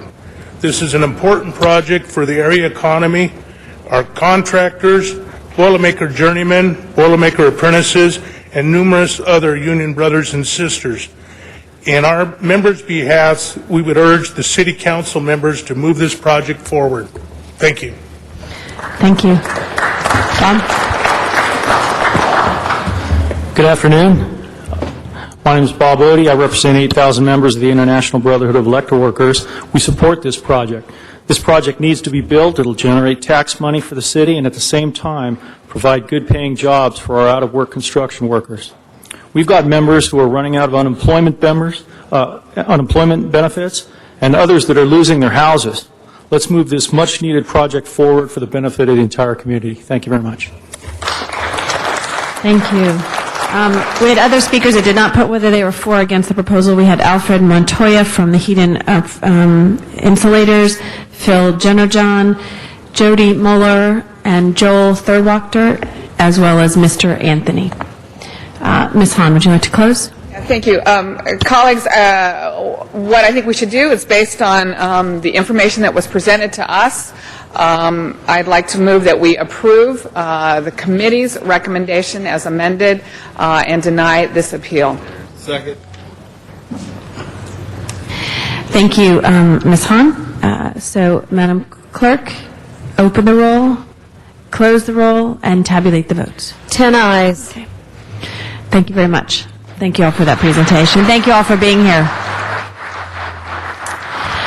Colleagues, we are at a bare quorum, so please remember that. Item 35, I believe the answers, everything's been taken care of on item 35. There's also been a suggestion on items 38 through 43, which would be closed session items, that in fact we go ahead and vote on those, or workers' comp cases, in public session. Yes, Mr. City Attorney. Unless a council member has a question about the individual items, then they have to go into closed session. Correct. Right, and they have to be voted on one by one. Okay. So first we'll take item number 35. Madam Clerk, please open the roll on item 35, close the roll, and tabulate the votes. 10 ayes. Thank you. Mr. Zine, do you have any questions on the... Question on closed session item. I'm trying to find out which number it is. Okay. I think we assumed 37 and 44 are the two items that will still be called special, and 44 would be the two that would still be in closed session. And the others are... We'd understood you had questions on those two. And the others are work comp items. The others are workers' comp cases. And then there are a couple that are... rejection. So we'll take each item of the other items. And actually, on number 37, if it's better for council, we could suggest that be continued 1 week so the council could have more to discuss in closed session then. That's fine. If you'd like to do that. 37. Okay, 37 we can continue 1 week. And then the other was 44? I don't have any problem with that. You don't have any questions on item 44? No. Okay. So anyone that has questions on items 38 through 44, if they do, we will take them into closed session. If not, we will go ahead and vote on them currently. Okay? Since no one has identified a question, 37 will be continued for 1 week. Madam Clerk, if we could vote on item number 38. That is the city attorney instruction. Mr. City Attorney? And that's, the city attorney has made an recommendation on that one, and council can just vote on that. Okay. If we could open the roll on item number 38, close the roll, and tabulate the votes. 10 ayes. Thank you. Item 39. 39 is the workers' comp case, and that settlement in the amount, the case is Marilyn Williams versus the city, and that's $135,355. Seeing no questions, Madam Clerk, please open the roll on item number 39, close the roll, and tabulate the votes. 10 ayes. Thank you. Item number 40. That's also a city attorney instruction that council can just vote on. Okay. Madam Clerk, please open the roll on item number 40, close the roll, and tabulate the votes. 10 ayes. Thank you. Item number 41. 41 is workers' comp, and that's Parker versus the city, and that's $168,817.50 plus a life pension payable thereafter at $170.08 per week. Seeing no questions, Madam Clerk, please open the roll, close the roll, and tabulate the votes. 10 ayes. Item 42. 42 is also workers' comp, Perez versus city, and that's a stipulated award, 78% at $151,537.50, and then a 6% permanent disability at $4,140.50. Madam Clerk, please open the roll on that item, close the roll, and tabulate the vote. 10 ayes. Item 43. 43 is also workers' comp. It's Moran versus City of LA, and permanent disability is $151,537.50, plus a life pension thereafter, $139.15 per week. Madam Clerk, please open the roll on that item, close the roll, and tabulate the votes. 10 ayes. Thank you. Item 44. And that's Jed Simon versus city, and that's a inverse condemnation, and the city's agreeing to pay the plaintiff $16,800, and also to grade the hillside at a cost of $2,010,000, and that's an appropriation also for $2,010,000. Madam Clerk, please open the roll on that item, close the roll, and tabulate the votes. 10 ayes. Thank you. And that's it for the closed session items. We've covered the closed session items. We'll go back to item number 6, which was called special for cards. Is Mr. Jerry Ross here? Or Matt Dowd? Jerry Ross or Matt Dowd, okay. Madam Clerk, please open the roll on item number 6, close the roll, and tabulate the votes. 10 ayes. Thank you. And the order goes over on that item for 1 week. Thank you. Next item? Next item is item 17. And I'm sorry, could you hold on one second? We do have on item number 37, it does look like Mr. Dowd has, he's left, so we're not taking that item anyways on 37. Go ahead. Okay, I'm sorry. The next item is item 17, and that was called special by Councilmember Smith. Mr. Smith. Thank you, Madam President. I just had some questions that have been resolved, and we wanted to make sure that this idea, which is allowing people to do solar panels on their roof and put it on their tax bill over a long period of time, would also include other options which are out there, not just solar. And that's in the committee report now, so I'm okay with it, and ask your support. Thank you. That item is now before us. Madam Clerk, if you could open the roll, close the roll, and tabulate the votes. 10 ayes. Thank you. Next item. Item 22, called special by Councilmember Zine. Mr. Zine. Thank you, Madam Chair. Madam President, we have the folks here from the Fire Department, Building and Safety. And there was not a public hearing, was not held on this item, and we do have 3 cards on this item. Okay, we can hear the cards first, and I think it should be a rather quick resolve to this matter. Do we have the representatives here? Carl Strand, J. Marks Ayers, and Manfred Ho are the 3 public speaker cards. Also, Would you wish to have 1 minute or 2 minutes, Mr.? 1 minute, please. And that the folks from the Building and Safety Fire Department can also come to the center table. Okay. City Attorney. Anyway. Carl Strand? City folks who are here. You, Carl? Carl, if you would just make your remarks at the podium there, please.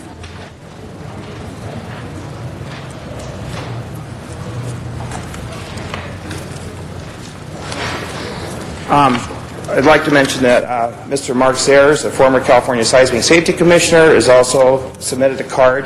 He had to step out for a minute. He'll be back shortly. Okay. I submitted a 20-page report to all the council members explaining the serious potential safety hazards of using low-pressure excess flow valves. This is not the first time the city has considered requiring a gas safety product. When this process went through, I was very active in all the task force that were held by the fire department and the building and safety department to consider the technical and safety concerns with those products. This has not occurred for these products. It did not occur at the state level. It has not occurred at the city level. In fact, the industry that makes excess flow valves has hired lawyers to fight changing the standard. The standard the state has adopted was adopted because they were required to adopt a standard. They're not responsible for how the products are used. They only had to adopt a standard. So we're stuck with the standard the state had to adopt. And it does not address serious life safety and property issues. And these products are potentially very dangerous because they can automatically reset before anybody checks for leaks. They have bypass flows that allow gas to leak into buildings, contrary to the federal... And if I could just ask you to conclude. And the gas that leaks into the building can cause a fire. These devices should actually be prohibited, and those that have been installed should be disconnected.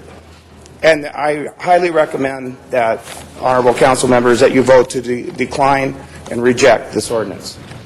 Thank you. Mr. Ayers?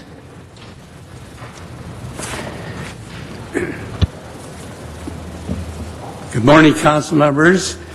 I'm Marks Ayers, consulting mechanical engineer. I have over 60 years of professional life designing and analyzing building mechanical systems. And I was a seismic safety commissioner under Jerry Brown when they first formed the Seismic Safety Commission. I've studied the earthquakes and my findings have been published, and I started with the Alaska 64 earthquake and the 71 San Fernando earthquake and the 94 San Fernando earthquake. In all of these studies, I observed the performance of mechanical systems and piping systems. And the recommendations currently are to brace the piping, and we find that the screwed fittings fail. Your time's and expired. gas piping is mostly screwed fittings. Thank you very much. Your time has expired. Next speaker is Manfred Ho, or Hoey. Good afternoon, members of the council. My name is Manfred Hay. I'm an employee of Pacific Seismic Products. We manufacture the earthquake actuated automatic gas shutoff valve. The matter before the council today allows for a product to be used in earthquake safety that is suspect in the number of occasions in which it will actually cause full closure of the line. It's more of a flow limiting device than a shutoff device, which the earthquake automatic gas shutoff device is. So I would urge the council to consider that a greater amount of safety is afforded by the existing earthquake standard, and that flow limiting devices should possibly be studied further and considered at a future time. So I'd like to recommend that this present motion be declined. Thank you. Thank you very much. There are no further speaker cards. Mr. Zine, you're our first and only speaker. Thank you, Madam President. The first gentleman that spoke, if he can come back up to the microphone. Sir, what is your profession and occupation? I'm an earthquake consultant, and I have a master's degree in geology, and I have studied earthquakes since 1970. Do you have a business, sir? I do, Strand Earthquake Consultants. And do you have devices that you sell? I do sell devices, yes. I can sell any devices that I wish to. I'm not employed by any manufacturer. Okay, thank you. Okay. We have representatives here with the City Attorney's Office? Yes. And with the Building Safety Department. The new ordinance under 94-1219.0 is now defined as seismic gas and excess flow shutoff valves. Included both in that particular ordinance? Yes, it does.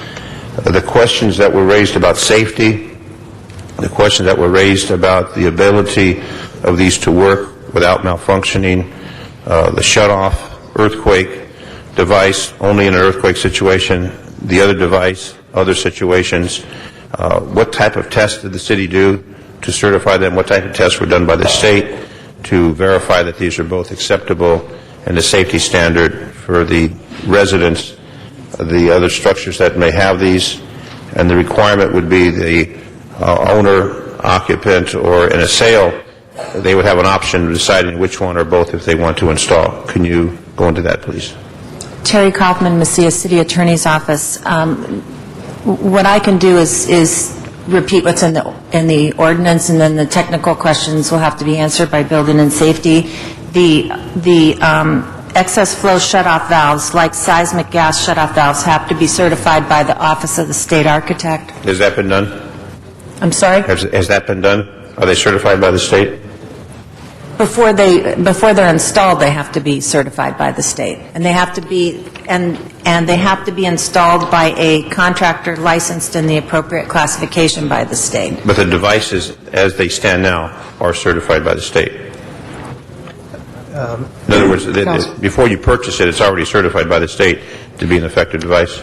Dave Lara with Building and Safety. To answer your question, Councilman, the devices are required to either have a national testing agency as an approval, in other words, where they're tested, or if they come through the LA City test labs, we do require that the state, which is the state DSA, Department of the State Architect, has the approval in hand. If any applicant or any individuals who wish to have their particular device approved, they either have to come in with the national standards such as an AGA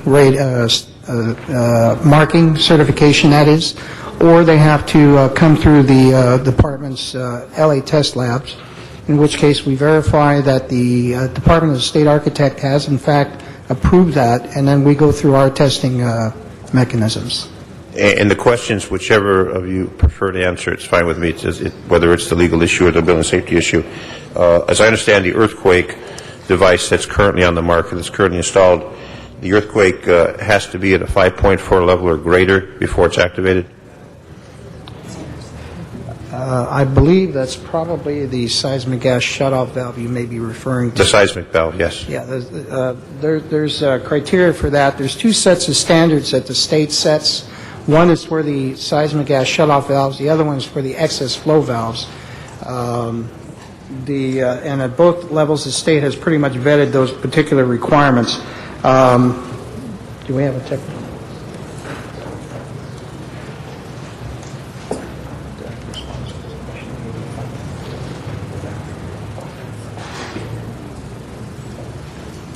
Yeah, that is solely, council member, for the seismic gas shutoff valve only, not the excess flow valve. No, I know, but for the seismic, it has to be an earthquake of 5.4 or greater to activate?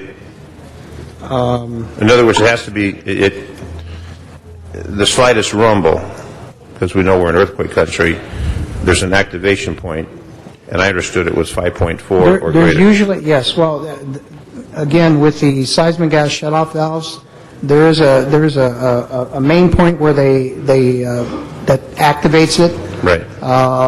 Although, you know, there may be other circumstances, sometimes where, for example, a big truck may be vibrating the street, in which case sometimes it may also trigger the valve, not the excess flow valve, I want to be clear about that, but the seismic gas shutoff valve, depending on the amount of severity of the movement. In other words, some vibration has to take place for that to activate. Yes. And then the excess flow shutoff valve has another mechanism, a different mechanism that activates that. That's basically if there's a break in the gas system. If there's an actual break in the gas system which changes the pressure, that's when it's triggered. And that would be a situation, regardless of an earthquake, if there'd be a car crash or whatever the case may be, that then shuts it off.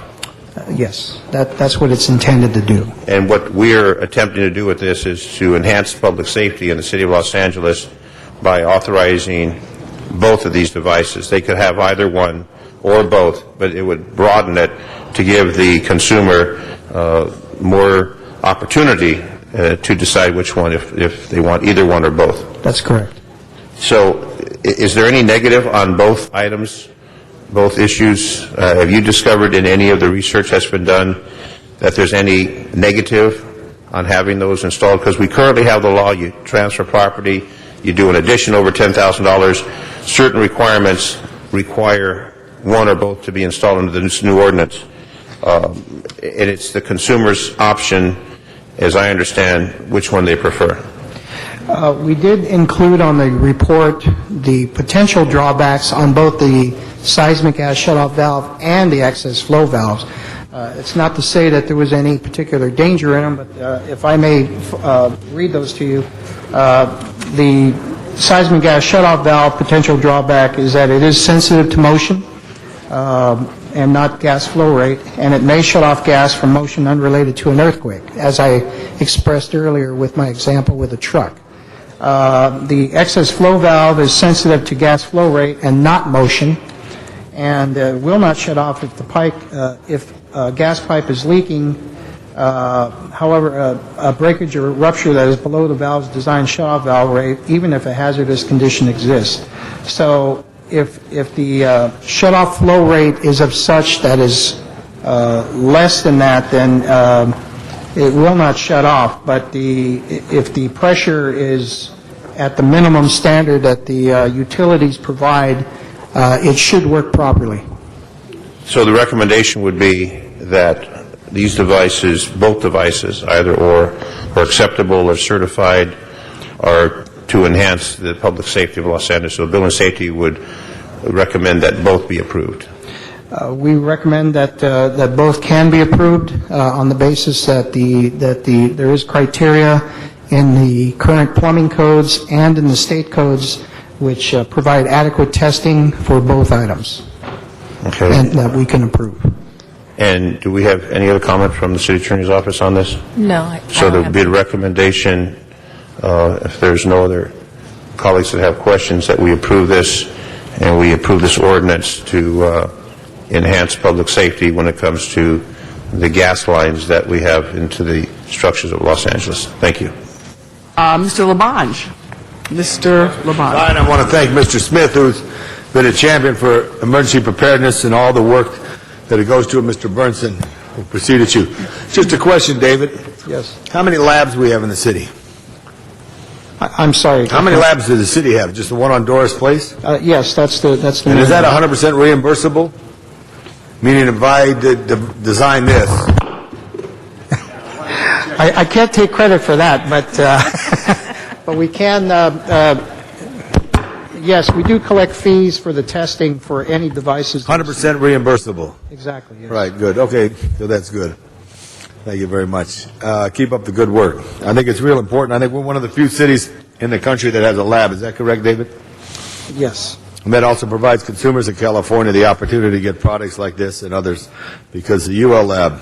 Mr. Zine, could I ask you a question? What's the UL stand for in UL Laboratories? Underwriters Laboratory. Very good. Mr. Zine's onto it. Good job. I didn't go to Marshall High, and I know that. Thank you. Thank you, Mr. LaBonge. All right, there are no further speakers in the queue on this item. Would you please open the roll, close the roll, tabulate the vote? 10 ayes. Thank you very much. Next item, please. And President, just on that item, the ordinance goes over for 1 week. All right, thank you very much. And the next item is item 28, and that was called special for cards. All right, our speakers on this item are Mr. Arnold Sachs, Mr. Matthew Dowd, and Mr. Anthony. Mr. Sachs, Mr. Dowd, and Mr. Anthony.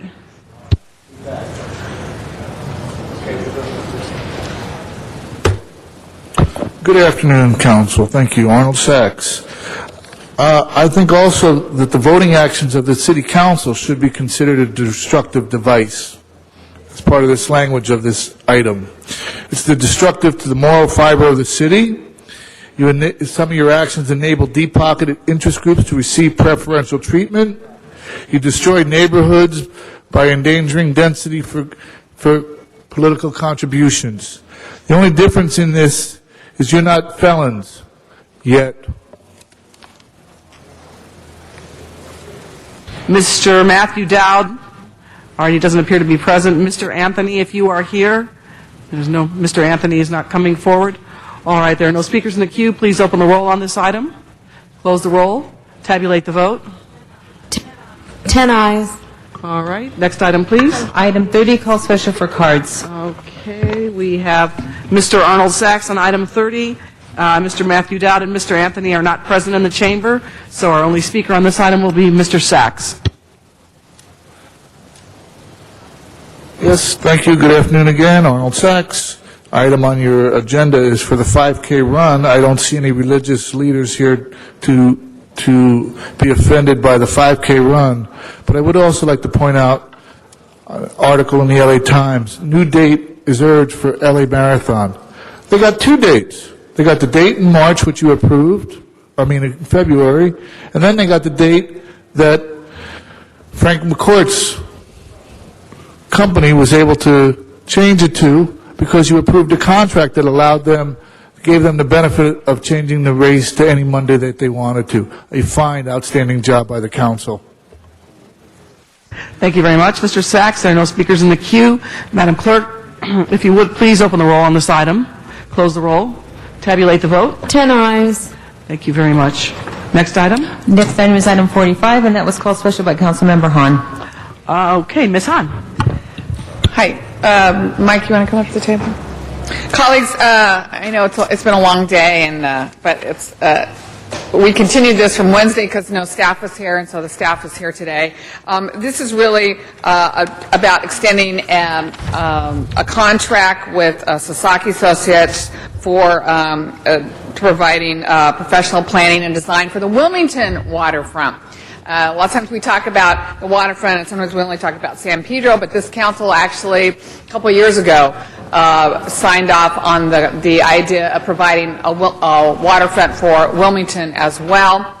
So I use this opportunity to, a couple of the issues that briefly you could tell me on record is what's the status of the Harry Bridges Boulevard buffer? What's the status of the Avalon Boulevard corridor? And then I have a question about DWP's tanks. So, Okay. why don't you just quickly give me on the record what the status is? And the reason I'm doing this, colleagues, is because there has been a history of us approving things, and then it just takes too long, in my opinion, to actually give the community what they've been promised. So that's part of why I want you here today on the record, telling us what the timeline is, what's the status for this project in Wilmington. Okay.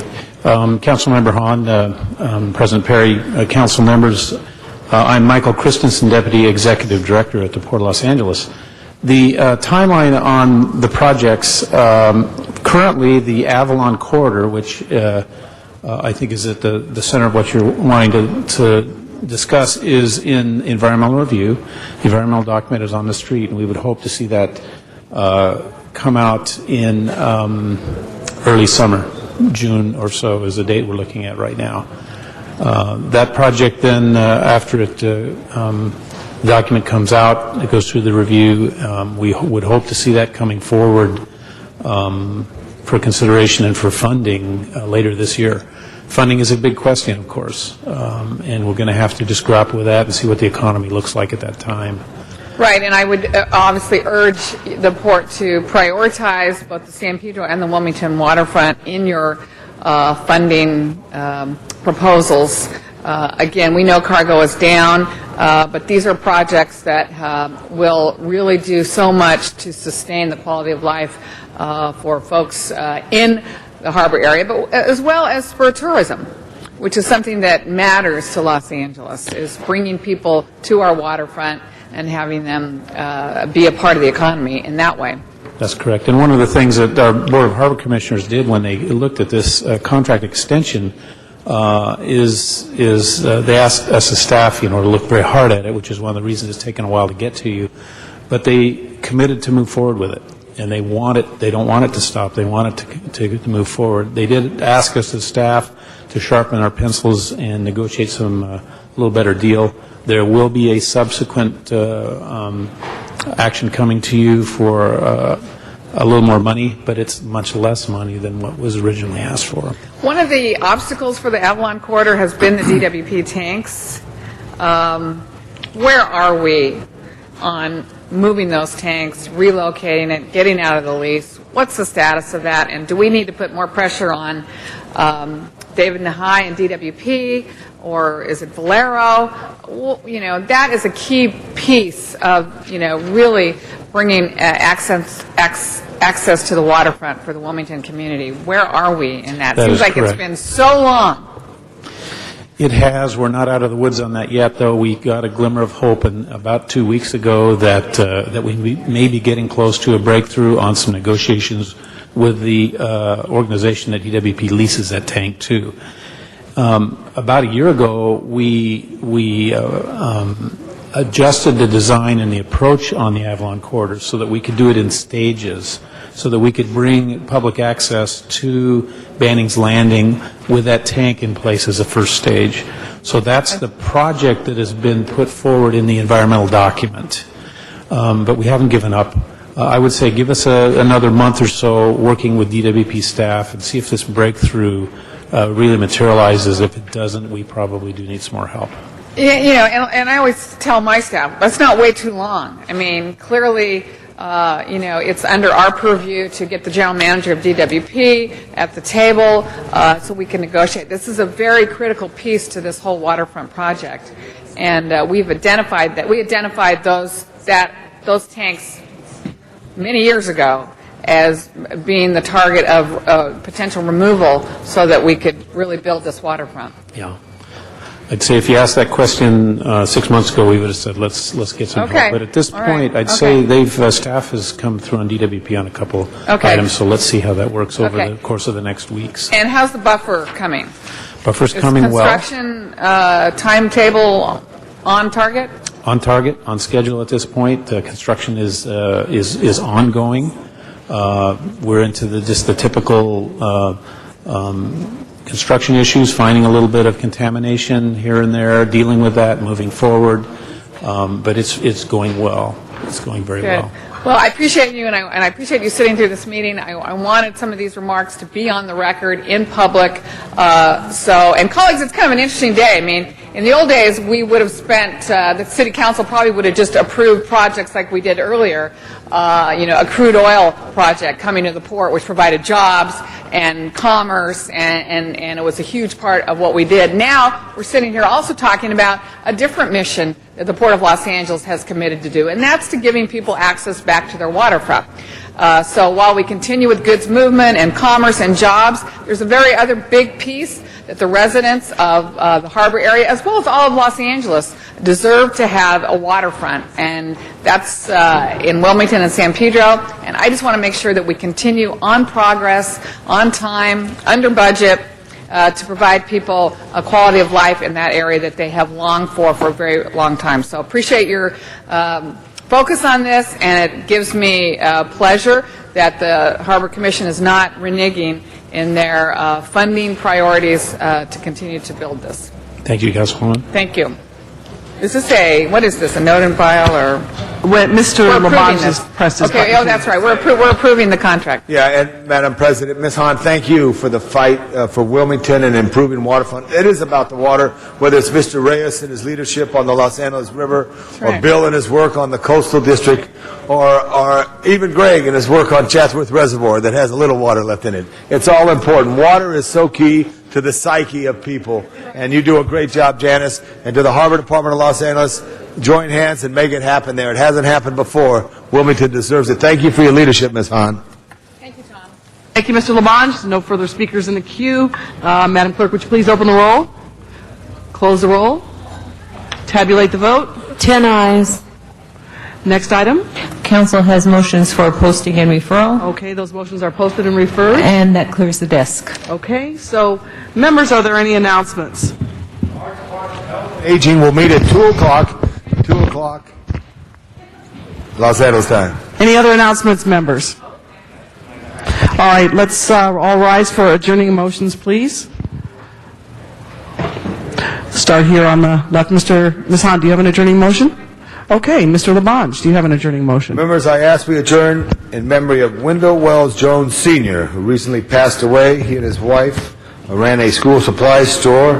His wife, Muriel, of over 50 years, a survivor, their daughter Sharon Kaiser, and their son Wendell and Gary. I ask we adjourn in memory of Wendell Wells Jones, the wonderful daughter Sharon Kaiser. Yeah. I'd like to second that, please. I hadn't heard that. Sharon and I actually grew up together. And her father and my parents, they were all very close friends, so I hadn't heard that yet. So I'd like to add my name, all members. Thank you very much. I appreciate that also. Members, Walter Marks Jr. Yes. is a great man who did great work, and I'm going to ask Mr. Rosendahl to carry on as he knows of the fine work of Walter Marks Jr. And I thank you very much, Tom, for bringing it to everybody's attention. We call him Wally Marks, and an amazing leader, a progressive, and it's a very sad day for all of us. Wally Marks, whose family's real estate firm helped develop the Santa Monica's 3rd Street Promenade and preserve the Helms Bakery building, has died at the age of 78. Wally, who was also a philanthropist and a human rights activist, he died just Monday, just this week, of cancer in his West Los Angeles home. A Los Angeles native, he was born Walter Nathan Marks Jr. on July 4th, 1930, appropriately July 4th, because he was a true American, the first of 2 children. His mother was the former Doris Weinberger. Growing up in Beverly Hills, he was influenced by his next-door neighbor, Jean Sorardi, who often spoke about the need for social justice. Her son, Alan, who was his good friend, became a state senator. At Stanford University, Marks earned a bachelor's degree in 1951 and a law degree in 1954. He spent 2 years in the Army and practiced law for a year and then joined the family businesses. In 1956, his father founded the Beverly Hills real estate firm that is named for himself, the Walter N. Marks Incorporated, and sold or created many complexes on Wilshire Boulevard from downtown to the ocean. Following his father's lead, Marks looked for ways to use real estate to benefit the community, which included providing affordable space for nonprofits and businesses such as the Jazz Bakery.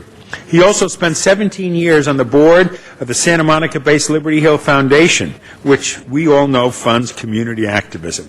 This great quote is attributed to him. "Money is only a tool to do with it what you want and to serve a purpose," he once said. And he retired in 1996. His son, Walter Marks III, took over the company.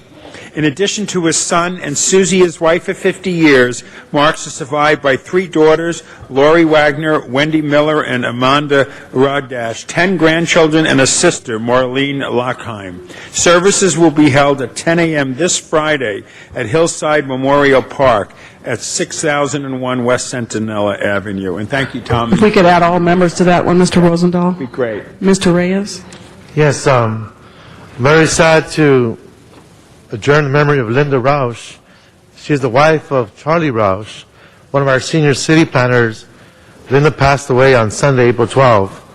Linda began her city career with the Department of General Services in 1982 and came to the Planning Department in 1984 as a senior clerk typist. Linda worked in the Personnel Services section where she exhibited a great deal of initiative and performed in an exemplary manner. She was a dedicated employee who was detail-oriented and well-known for remembering specific dates, names, and details about transactions and events that occurred within the department. She retired in 2003. I met Linda back in 1988, one of my first days in the department, and she literally took me aside and explained to me what was happening in the department, how to connect with different sections of the department, and literally was a very comforting and very supportive person. At a time when the city employees come in, and the numbers were coming in the planning department at that time, her special way of treating people will be missed. Charlie is one of those planners who stays behind the scenes, but has been very instrumental in many, many projects throughout the city, and so my heart goes out to him. He has indicated that he'll provide information about the arrangements later this week, if not early next week. So it is with great honor to adjourn the memory of Linda Rausch. Would you like us all to sign on as Yes, I think city that'd be very family? appropriate. Okay, thank you very much. Any other, Mr. Wesson? President, today I rise to adjourn in the memory of Jennifer Pack, many of us here, in fact, I think I only met her once, but a lot of us, I think, know her husband, Charles Kim of Metro Maintenance. He's done a lot of work in the county and the city, in fact, in the city of Sacramento, and I think it would mean a lot to the family if all members were on that. Thank you very much, Mr. Wesson. I have some adjourning motions, and if you would indulge me just for a few more minutes, I would appreciate it.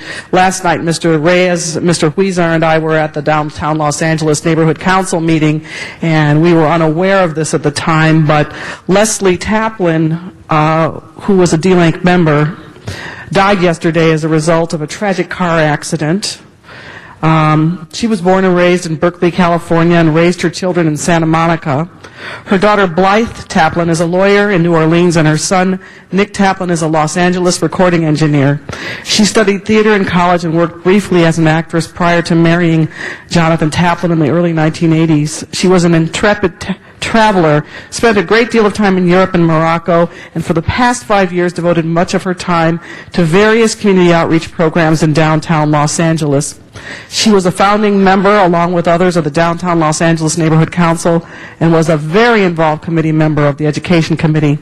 She explained to her close friend, Catherine Brem, that the reason that she chose to do this was because she liked the people she met there and enjoyed spending time with them.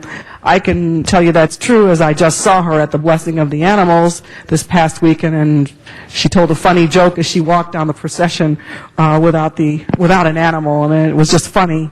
And some of us didn't find out that she was gone until we left the meeting last night, and I know that at the very minimum Mr. Huizar and Mr. Reyes would love to sign on. I think many of us are still in shock at losing such a lovely person, a vibrant person who enriched this community so much, and I can't even begin to express how much she will be missed. My heart goes out to her family, and a celebration of her life is pending. I would also like to adjourn in memory of Jacob Ramsey, who was on active tour of duty in Afghanistan when he was killed on Thursday, April the 9th, by a roadside bomb. He is the son of Officer William Ramsey, a 20-year veteran of the Los Angeles Police Department Central Division.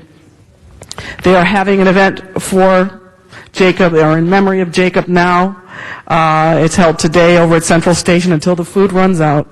And I wanted to offer my thoughts and prayers for Officer Ramsey and his entire family during this time. Jacob is survived by a host of family and friends, and all of whom will miss him dearly. I would also like to adjourn in memory all members for Jacob Ramsey. Also like to adjourn in memory of someone who was very dear to me, and it just shows you how small the world is, because her connection is not only to me personally, but from here in Los Angeles all the way back to Cleveland, Ohio. And she was my cousin, but she was older, so we called her an aunt. She passed away on April the 11th, and she is survived by her husband of 55 years, Winston Ritchie, who was the former mayor of Shaker Heights. Her children, Winston H., his wife Charlotte Beth Ritchie, her partner Kathy Cohen, Laurel Ritchie, and Ann Ritchie. And she has some connections here with the city attorney's office with Ann Haley, who is her other goddaughter. Celebrating, her name was Beatrice Jordan Ritchie, or we called her Aunt B. Her 5 grandchildren, Lee, Kara, Alexander, Cammie, Ella. She was born Beatrice Lenora Jordan in New Bedford, Massachusetts on May 25th, 1929.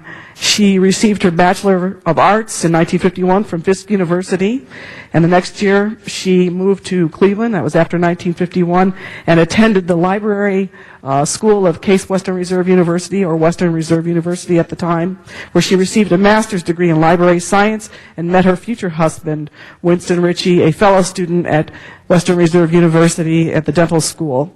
She was very devoted to her family and her community, and she and her husband were a part of, I think, Mr. Wesson's old neighborhood, the Ludlow community. Bea and Winston were on an early documentary that talked about the integration of Shaker Heights She was a member of a multiracial group of homeowners dedicated to maintaining diversity. She was on many, many boards that are special to the Cleveland area. She was an AKA Alpha Kappa Alpha sorority member of the Lynx. In many later years, she became a minister at her beloved Fairmont Presbyterian Church, where she and her husband, again, were the first African Americans to join that congregation. She was called as a Stephen minister and touched countless lives in her capacity as a counselor and a mentor for other lay ministers. Recently, she established the Beatrice Jordan Ritchie Family Fund, where the family prefers that her memory and life be celebrated by making contributions to the fund in recognition of her generous heart and spirit. Thank you. Mr. West. Fellow Buckeye and, the brother fraternity to that sorority, I'd like to be on that with you. Thank you very much. Okay, and with that, Madam Clerk, would you please call the roll? Oh, before we adjourn, audits is canceled today. The meeting